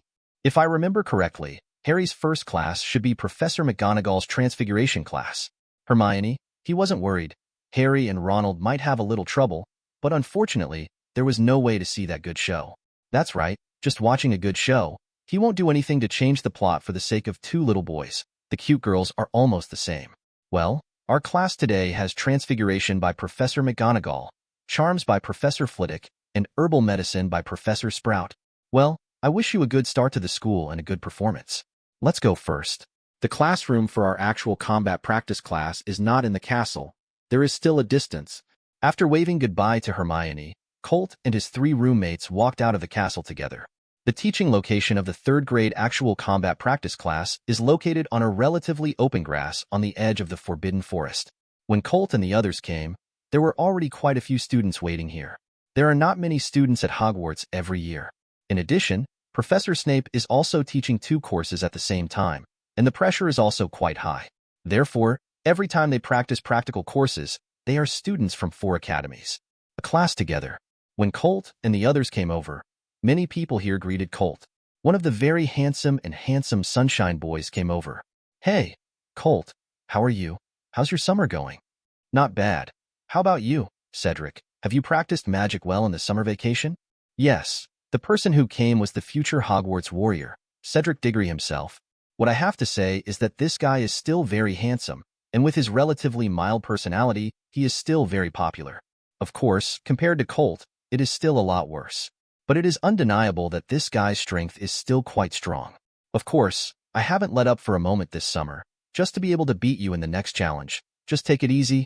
Cedric said it so bluntly, and this is his charm. Everything is said directly, and there will be no subtle thoughts such as conspiracy and tricks. That's probably why he's so good. He'll be sorted into Hufflepuff. Then I'll just wait, huh? Colt smiled and didn't care.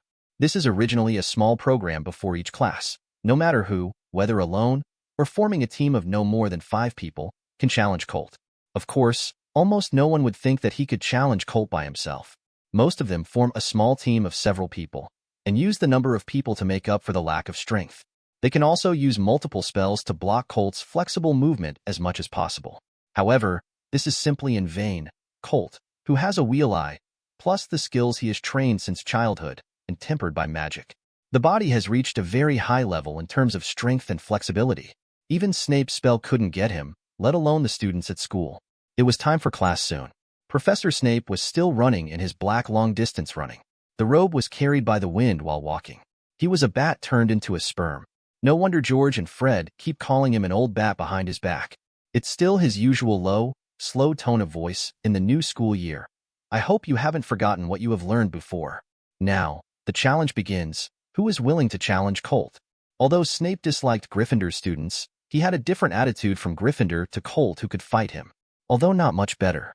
As Snape spoke, several groups of people stood up soon, namely, 5 people led by Campbell Foley, belonging to the Slytherin Academy.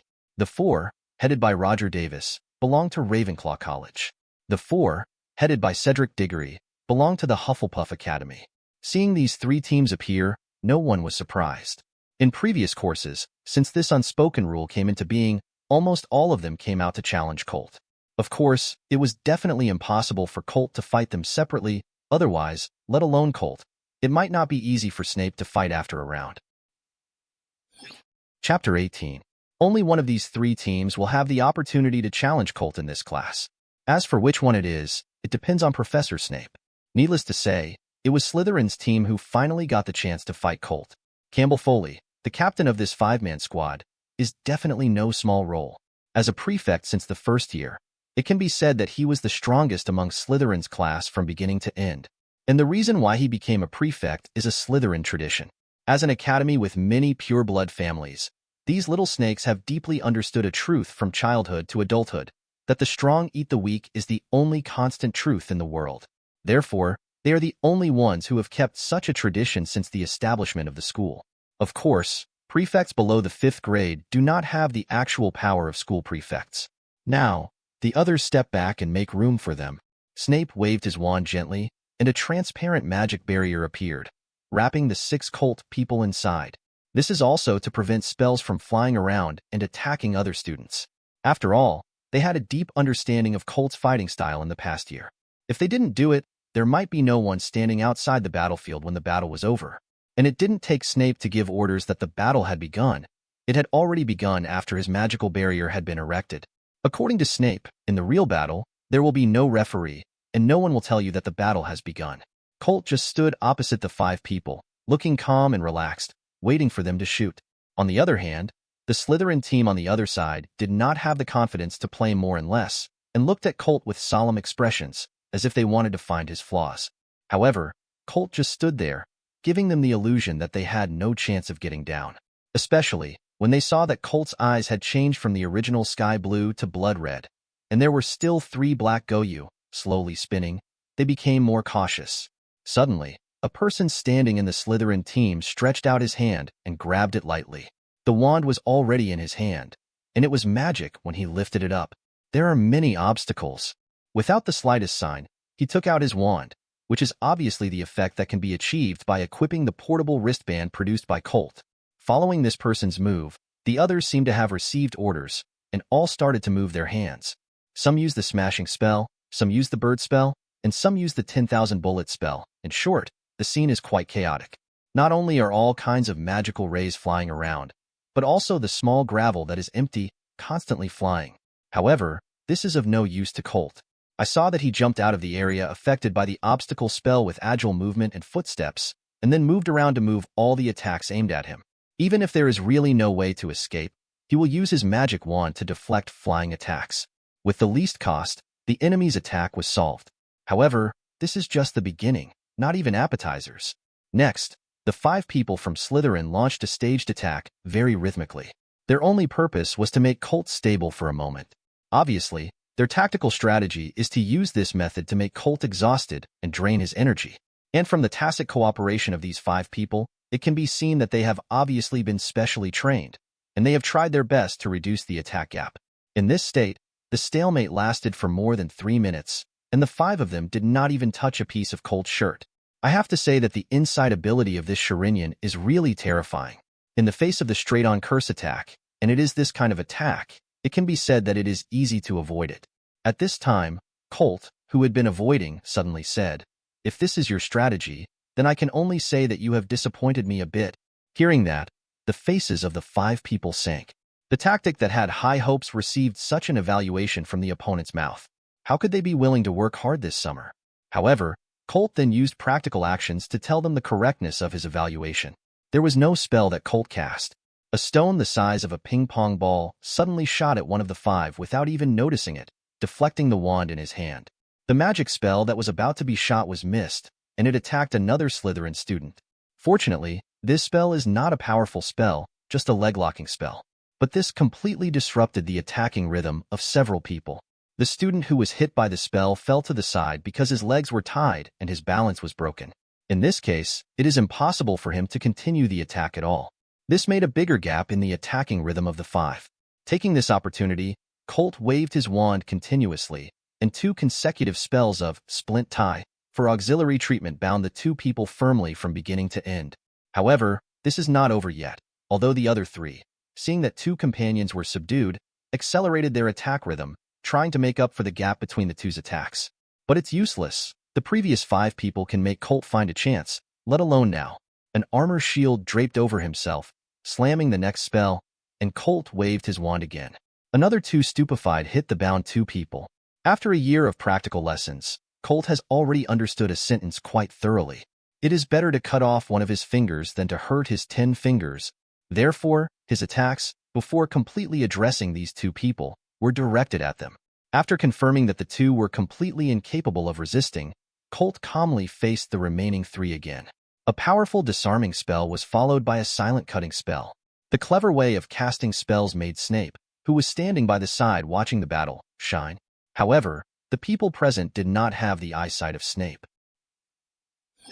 Chapter 19. Penelo Cravat. Fractured is barely audible under the guise of, "Accept your weapons," that Colt could have shouted. This also gave his opponent a little bit of carelessness. After all, in the summer vacation, it is not that they have not tried the situation when the person wearing the portable wristband is attacked by the disarming charm. But it is precisely because of this carelessness that one person paid a heavy price for this. When the wand in his hand was pulled out of his palm by Colt's disarming charm, he had already used his magic power and was about to pull the wand out of the bracer again. But the cutting spell following the disarming spell made all his expectations come to nothing. Although Colt's cutting spell is not very strong, it is only used to cut an animal tendon, and it can still be done. Different from the portable bracers in Colt's hands, the links of the mass-produced portable bracers are not the tendons of dragons. The cost of doing that is too great, and it is not something that ordinary wizard families can afford. The wand that had its connection device cut off flew out at a faster speed. Under Colt's premeditated manipulation, the wand slammed into another wizard's hand. The wand that was not sharp, but under multiple forces, easily pierced into his arm. With a scream, the wand in this man's hand also dropped. Fortunately, there was no cutting spell, and his wand was directly retracted into the portable wristband. So far, 4 have lost most of their threats. After Colt made 2 stun spells, the 4 were no longer a threat. Only Campbell, the captain, was left, but there was nothing he could do about such a situation. Campbell, who did not want to be attacked by Colt, chose to admit defeat very directly and gave up the challenge this time. The challenge is over. After Snape finished speaking, he took off his magic protection, swiped his wand lightly, and removed the bandages and splints on the 2 people who had been dealt with first. By the way, he gave the 4 people a sobering spell to make them regain consciousness. Okay, The four of you go to the school doctor's office and let Madame Pomfrey take care of it, while the rest of the class continues. The next half of the time was spent fighting among the students, and the rest of the time, through Snape's teaching, the students tried all kinds of common sense and skills that might be used in the wild. 2 hours later, a practical class on the edge of the Forbidden Forest was over. After a year of development, the actual combat practice course can now be said to be a course that all students like very much. Of course, most students felt that it would be better if the course could be changed to a different professor. Walking together on the way back to the castle, there are already some wizards who have left get out of class around.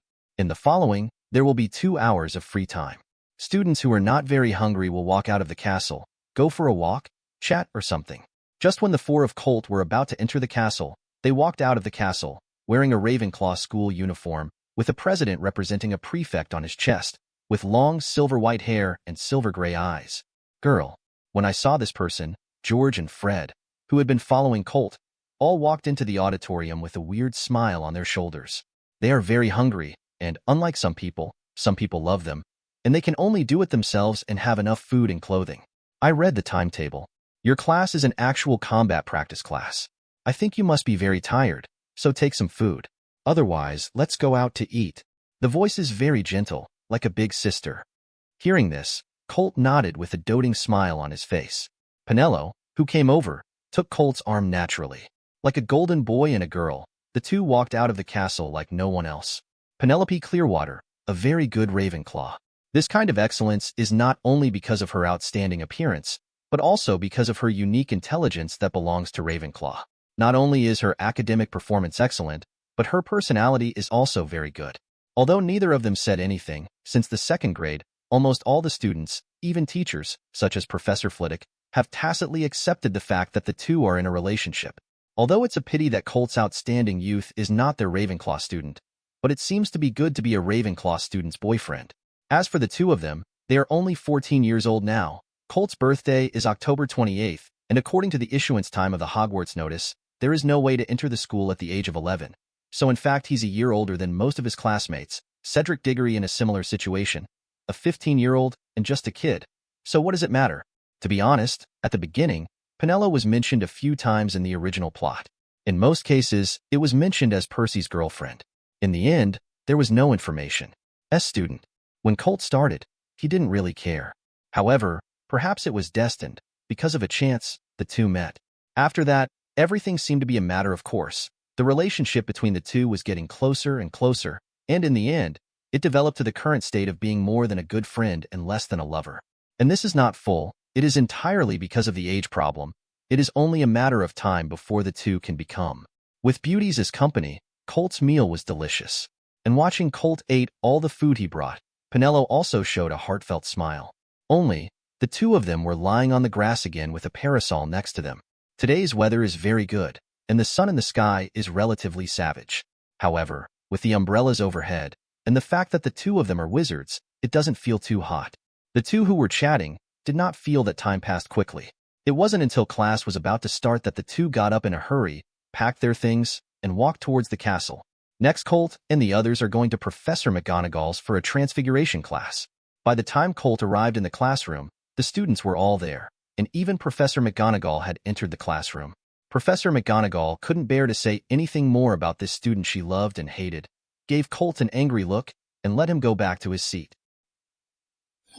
Chapter 20. Okay, we are in class now. As we all know, transfiguration is a very dangerous subject.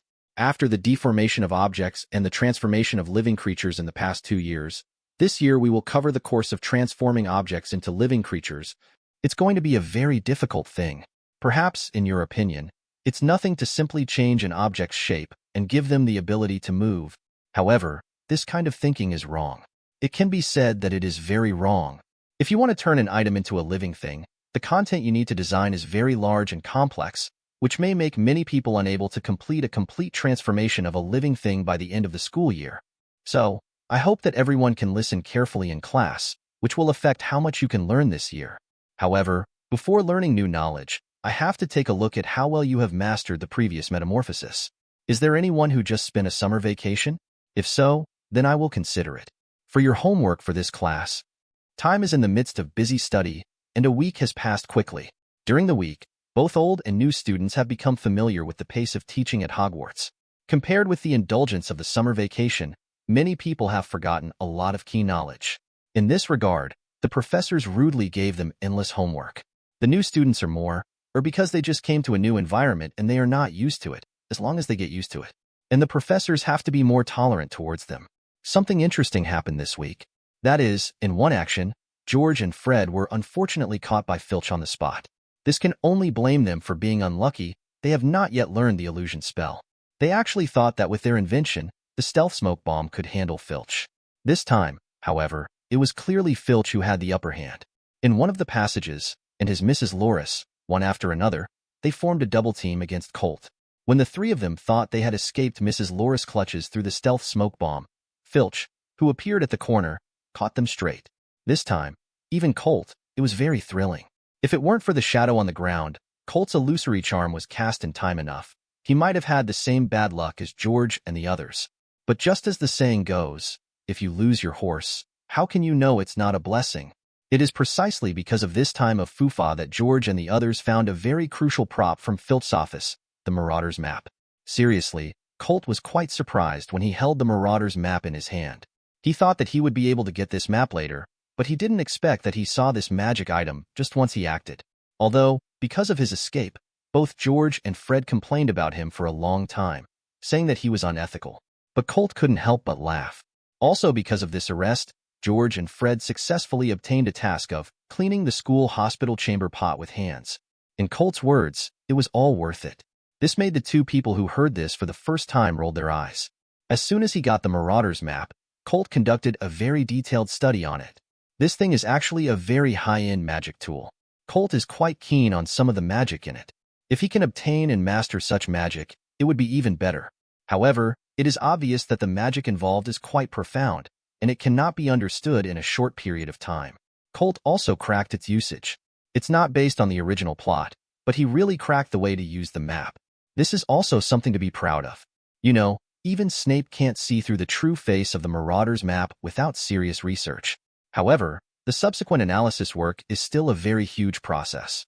For this, Colt can be said to have fun.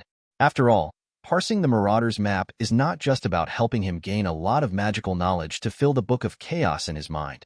For him, it is also a very good way to know more about magic, and his interest is the biggest teacher. Regarding the Book of Chaos, in the process of filling knowledge itself, there is actually a small and no small limitation.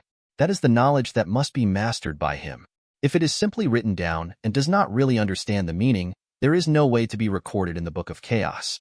Otherwise, with the money he has, he can't buy as many books as he wants, and he would have been able to open the treasure of the Book of Chaos dozens or hundreds of times. However, until he entered Hogwarts, he just finished it. Just once.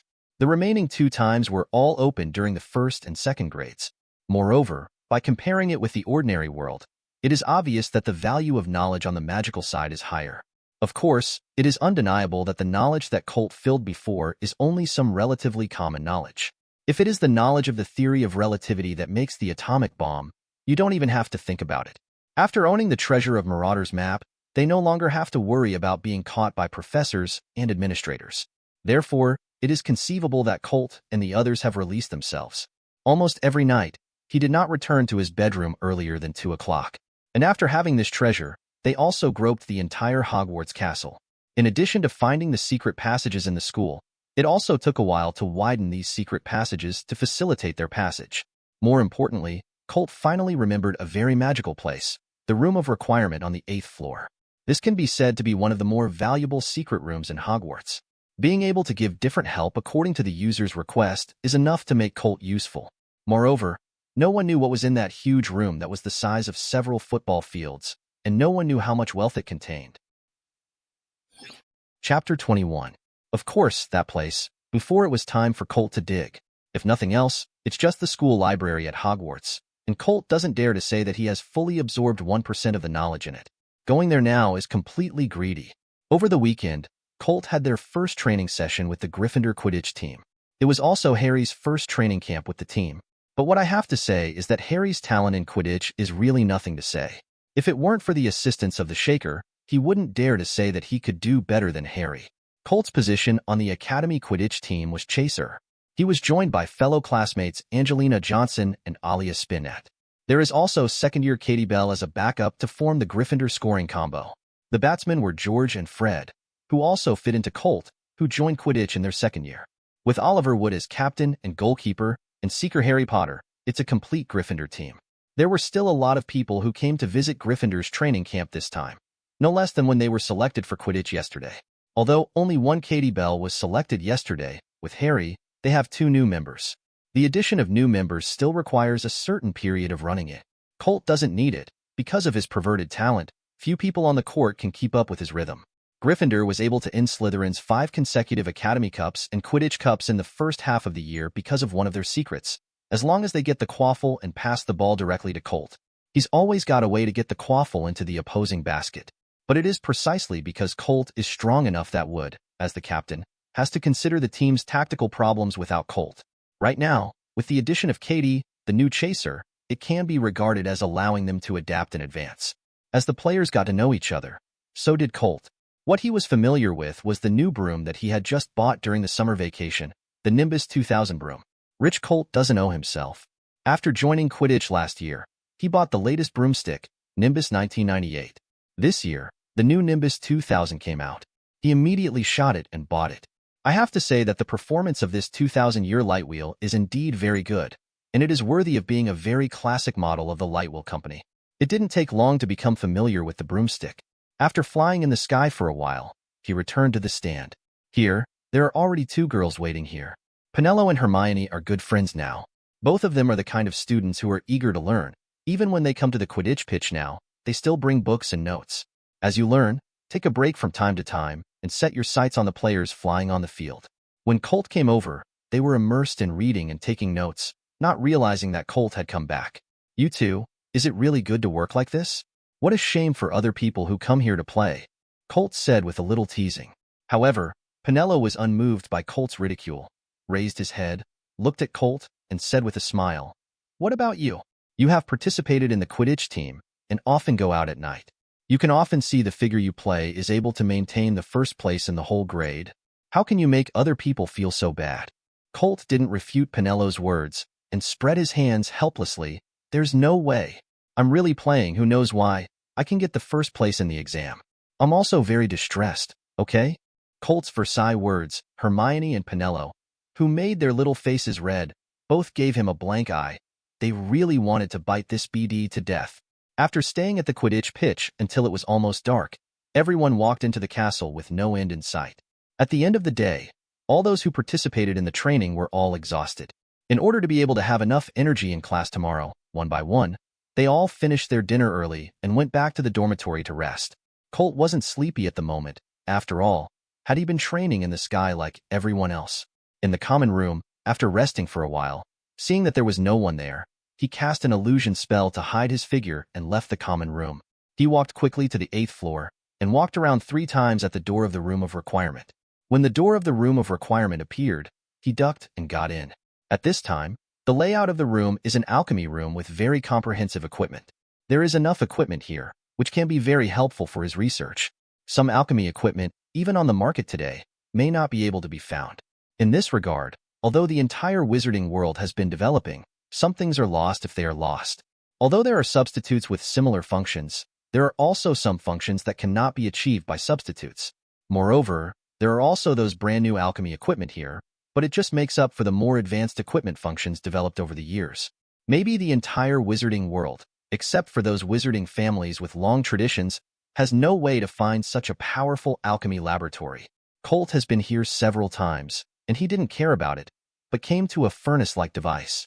He stretched out his head and looked at the contents of the furnace, and shook his head helplessly. Is it still possible? This is really head-scratching. I didn't expect the leaves of this hibiscus tree to melt for several days. But what to do? Colt was carrying out the alchemy experiment at this time. According to the preliminary idea of the experiment, he wanted to use the solution of the leaves of the hibiscus tree as a pen and ink to draw an alchemy array that could absorb the energy of the sun.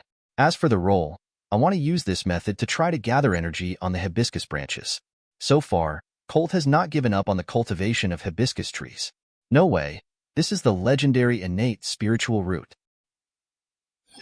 Chapter 22. Perhaps, this hibiscus tree branch that does not know what world is not as powerful and magical as in the legends of the wild, but it is always right to give it a try. If he can really succeed, he has such a treasure in his hand. Not to mention the rest, the fruits from other innate spiritual roots are so miraculous, and he doesn't ask for the fruits of the hibiscus tree, which can allow him to live for 47,000 years. It doesn't ask for unrealistic things like becoming an immortal and attaining the Tao. Let him have the power to control flames. Don't ask for any real fire from the sun. As long as he is more powerful than Fanhua, then he will definitely make a profit. Moreover, even if these are just extravagant hopes, he can cultivate the hibiscus tree, just the branches and leaves on the hibiscus tree. It is also a good magic material. You know, it's just a few thin branches of the treetops on the hibiscus branches. After this period of contact, Fian and the others have gained a very large harvest. Among them, the most favored ones, Fian and Chitaki, were already faintly growing a golden feather that turned upwards on their heads. Such an image is the appearance of the golden crow in myths and legends. Of course, Colt also knows that this is just a form, and they obviously don't have the magic and power of the golden crow now. But that's a very good phenomenon, isn't it? Dumbledore also has a phoenix. Although this phoenix is very cheap, it is undeniable that it is indeed a genuine phoenix. It's not a problem for him to raise a few golden crows that are relatively stretched. Don't ask them to help you in battle, at least it's justified in terms of face. But obviously, this is really the failure of the first emperor to start his own business, and the middle way collapsed. He's even more extreme. The plan hasn't even started yet. In the first part, it stumped him. Some speechless, took out the leaf from the furnace. Oh, it's still the same. The temperature hasn't changed. I really don't know what to do. What am I going to do to melt you? Colt was a little lost with the leaves in his hand. However, at this moment, he only felt a warm feeling in his palm, which made him unable to help but look down. But he saw that the leaves that had been heated for several days turned into a pool of golden red liquid on his palm. What the hell is going on here? Colt, who couldn't figure it out, didn't dare to hesitate any longer. He finally got some materials, but he couldn't waste it on the ground. After putting all the mercury-like gold-red liquid in his hand into a crystal test tube, he would have time to think about other things. That's not right. What did I do before to make the leaves melt? Is it melting because it finally reached the critical point of melting? No, it's obviously impossible. There won't be such a coincidence. If it really is, it's a bit of a coincidence. If there's any difference, it's just... By the way, the root of everything lies in me. That's right, it must be like this. Logically speaking, a treasure like the hibiscus tree, even if it has only one branch, can't be so fragile. It was obviously the same just now. I wanted the leaves to melt, and it melted naturally. Does this mean that the branches of the hibiscus tree can completely achieve the results I want according to my wishes? No. Maybe it's not just the branches of the hibiscus tree, but other things can actually achieve this effect. That's right. The Book of Chaos is chaotic anyway. How could it be just an existence like a storage room? Oh, actually, I should have realized this a long time ago. Let's not talk about the others, that is, the royal hand of the Emperor God. According to the animation settings, only the right people can use them. It's impossible that I'm just right for God's royal hand. There is also Dianju, a very powerful practice method. How could it be so easy for me to cultivate? There is almost no threshold. This is obviously not a normal situation. There's also a writing wheel eye. When it appeared at the time, it was directly fused with my eyes. According to this, does it mean that as the owner of the Book of Chaos, I can actually control everything in the Book of Chaos? The more he thought about it, the more excited Colt became.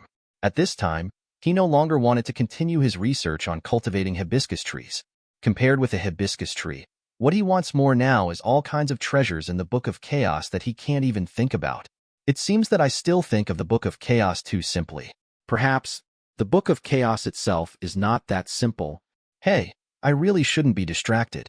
What I should do most, in the right direction, is to provide more knowledge to the Book of Chaos. Whether it's for those treasures or the Book of Chaos itself, it will definitely benefit me a lot in the future. What's more, in the process, I can also gain more knowledge. Isn't this better than me being foolish here? Forget it. I'd better go back to rest early, start the liver tomorrow, and try to absorb the knowledge that has appeared as quickly as possible. When the absorption is almost done, maybe my knowledge reserve will be enough. At that time, with enough background, I can do better research, right? Thinking of Colt here, I no longer have the idea of continuing to think about it here. I took all my belongings away and went to the lounge without returning to the room. After Colt made up his mind to start bursting his liver, his powerful talent, unforgettable and super understanding and memory ability brought by his too powerful soul was completely revealed. Almost at the rate of 1 book per day, he began to rapidly absorb the knowledge of the Hogwarts library. In just 1 month, the knowledge he has absorbed is almost the sum of his previous 2 years. And Colt's sudden outburst made everyone around him feel incredible. Although, in the first 2 years, Colt was indeed the leader in learning. However, his character is more playful. It's not just out of curiosity about magic, but also about Hogwarts, the historic magical castle. Chapter 23. This made him not focus too much on studying, but on playing. But now Colt almost absorbed all the knowledge that can be absorbed. Such a change made all his friends wonder if he had been stimulated. In the end, Professor Flitwick even found Penelo secretly and asked if she was in a relationship with Colt and what was wrong. In this situation, Penelo was really dumbfounded. Finally, reassured that her relationship with Colt is still the same as before. The reason for such a change is just because Colt felt that the knowledge he possessed was nothing compared to the entire wizarding world, so he spontaneously wanted to make up for it, without any stimulating effect. This was a relief for the enthusiastic professor. For this matter, Penelo also came to Colt specifically. After knowing this, even Colt himself was dumbfounded. Professor Flitwick's warm-heartedness really impressed him. However, such an old man, surprisingly, did not make Colt feel uncomfortable, but found him somewhat cute. And after more than a month of hiccups, Colt's actions had to be terminated. It's not because of anything else, but it's almost Halloween. Holidays aren't much of a hassle, but in November after Halloween, the Quidditch Cup at Hogwarts begins. Although, the talent is indeed very high, but he also has to spend more time on training. It's still a team sport after all, and Colt can't allow himself to be too maverick. Moreover, learning so much knowledge at one time, although all of them have been fully understood, it still takes a little time to settle down. Of course, this month's hard work was not without gain. Colt once again received a reward from the Book of Chaos. This is a different fire seed from the world of fighting chi, called the Flame of Life. This is a very powerful flame, although in terms of combat effectiveness, there is almost no improvement. But it is undeniable that the power of this flame is still beyond doubt. That powerful vitality should not belong to an element known for its destructive power, such as flames. However, all things are so wonderful. After obtaining the Soul of Life, it merged into Colt's body. Since then, Colt has been able to clearly feel that a large amount of life energy will be born every moment from the Flame of Life, nourishing Colt's body. And such an effect hardly consumes any energy of Colt. It is completely a passive skill with continuous recovery. The reason why I say almost is because the fire of the Soul of Life is still only the fire. If you want to grow, you must have nourishment, and this requires the magic of Colt as a supply. Without affecting himself, Colt still provides as much magic power as possible to Yin, so that it can grow faster. Therefore, since obtaining the Soul of Life, the magic power in Colt's body has been maintained at the level of 30% for a long time.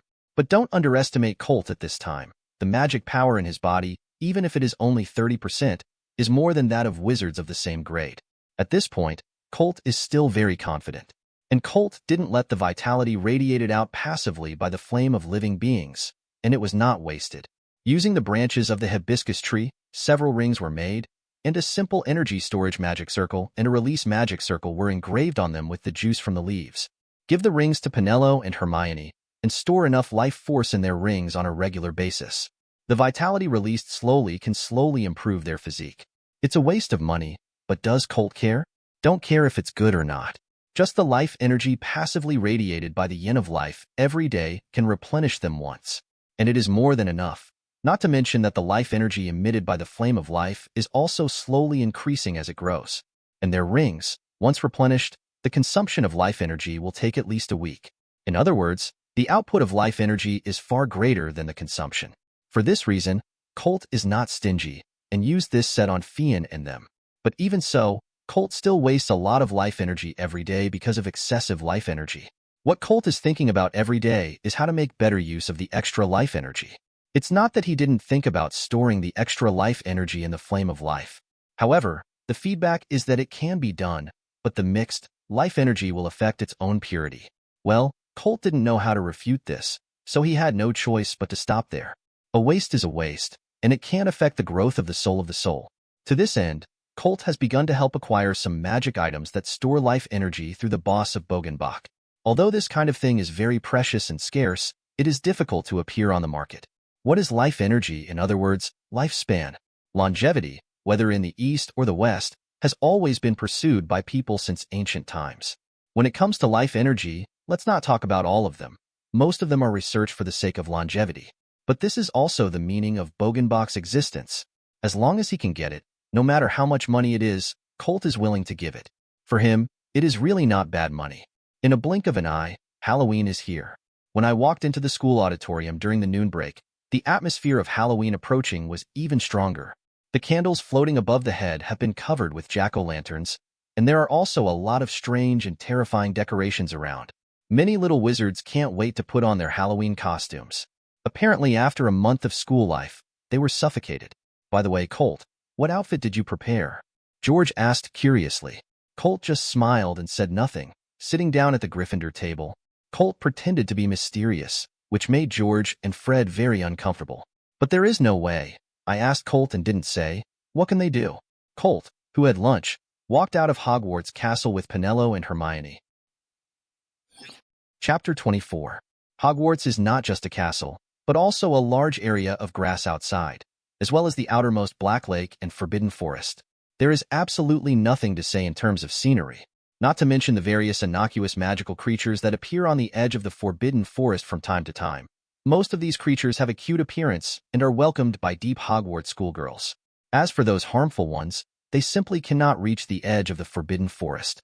After all, this was originally one of Hagrid's jobs. As far as Hagrid's body size is more than 2 meters and nearly 3 meters, he is still a half-blooded giant. Even if he doesn't use weapons, he just fights hand-to-hand. There are not many magical creatures that can confront Hagrid head-on. Walking on the grass on the edge of Hogwarts, you can see a flock of velvet flying freely on the grass in the distance. These creatures that look like pom-poms are really attractive to girls. Both Hermione and Penelope couldn't help chasing after them. They carefully held up a puffball with both hands and swayed affectionately with their cheeks, very happy. Seeing the happy appearance of the two girls, Colt's mood improved inexplicably. Not long after wandering around, a huge black bird flew in the distance. It was Fian who came. In the past 2 months, Fian's image has undergone tremendous changes. If you just look at the appearance, no one will think it is a raven at all. The golden stripes on his body make it extremely sacred. However, Fei Yin at this time was still just a raven in essence. If you really want to complete the transformation completely, it is not that simple. Now it is stronger, faster, and has sharper claws and beaks than other ravens. But Colt is very satisfied with such a change. The two women who were still playing before quickly found Fian parked on Colt's shoulder and ran over immediately.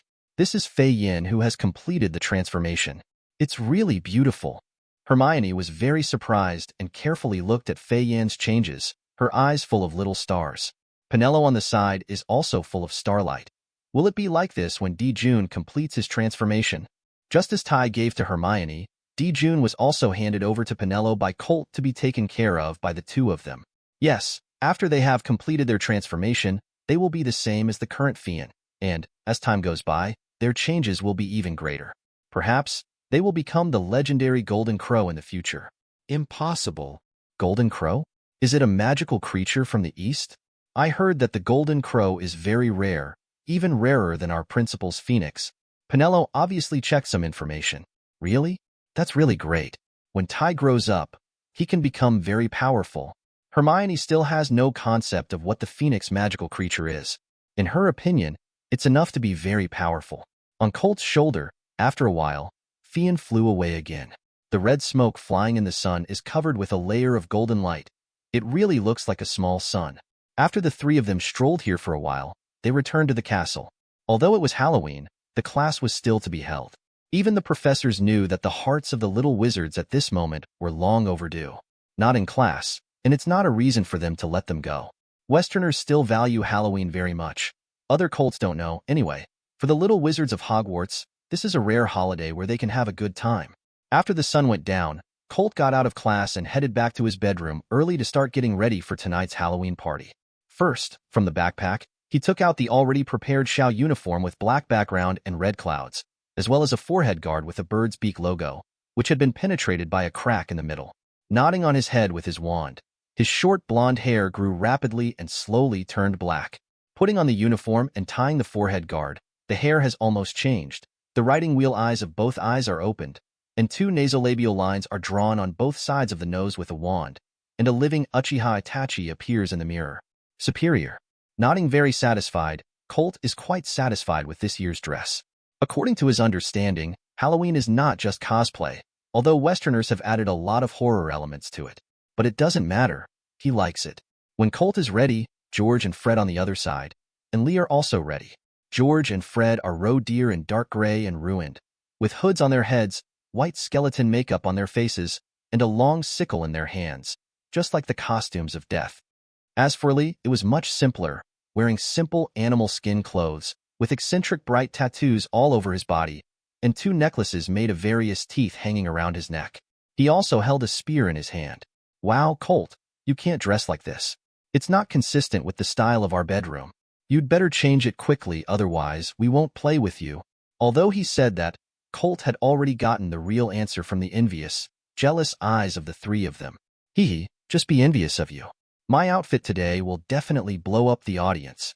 Saying that, without waiting for the three of them, he walked out of the dormitory and headed towards the school auditorium. It was only after arriving in the auditorium that he truly understood what a group of demons danced. There are all kinds of legendary horror creatures in the shape. Everyone has been planning for a year for today. How could it be bad? On top of their heads, a group of bats will fly from time to time, and sometimes there will be bats left behind, flying to the head of the little wizard, causing a commotion. The jack-o'-lanterns arranged around, when there are little wizards passing by, will also emit a gloomy, ghostly laughter, causing the little wizards who are not psychologically prepared to run away an exclamation, causing other little wizards to laugh. By the time they reached the long table in their respective colleges, a sumptuous dinner had been set. The anticipation of the afternoon has already made the wizards hungry, and they can't wait to choose some delicacies and eat them up. Hermione, who was sitting next to Colt, was wearing a dark Lolita-style outfit with thick smoky makeup on her face. In order to highlight the horror atmosphere, there were bloodstains on the corners of her mouth and eyes. The mouth is also listed behind the ear, and there is a scary wound on the neck. Chapter 25. These changes are very different from the usual Hermione. Really an extraordinary visual experience. However, in such a harmonious atmosphere, someone appeared and broke it. Just as everyone was enjoying the food, looking around at the costumes of other wizards and adding materials for their preparations for next year, a figure hurriedly pushed open the door next to the teacher's seat and stumbled in.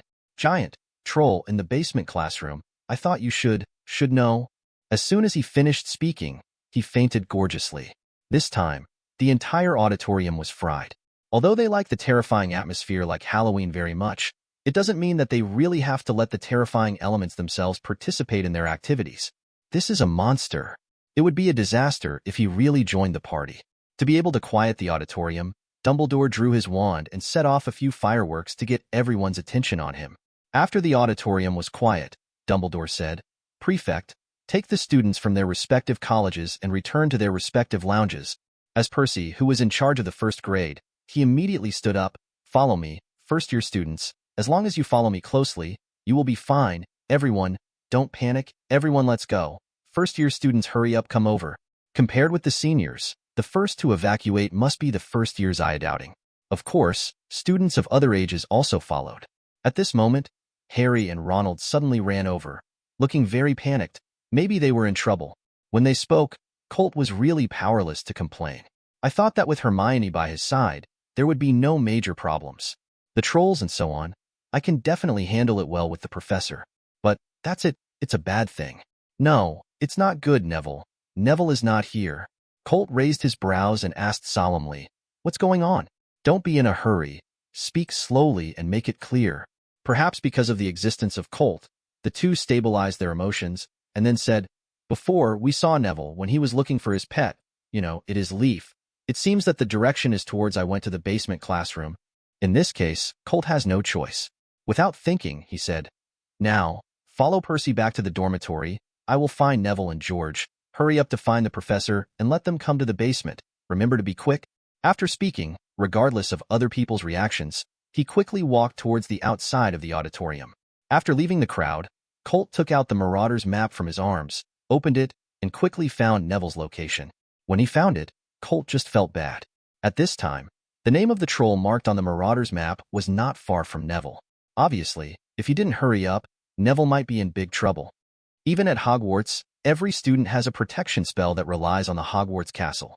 However, the strength of the protective spell can reduce the power of the spell and reduce the damage caused by falling. If you are facing magical creatures like trolls, this protection is simply not enough. Therefore, he had to find Neville quickly, otherwise it would be really troublesome. The protection curse is real. When the newly enrolled little wizard, after passing the test of wading mountains and wading water, entered Hogwarts.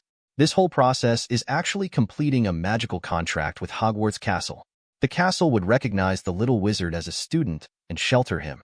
Of course, this whole process has another effect, that is, the little wizard voluntarily accepts the monitoring of Tracewire. Even if they didn't know it, this magical contract had already taken effect when they became Hogwarts students.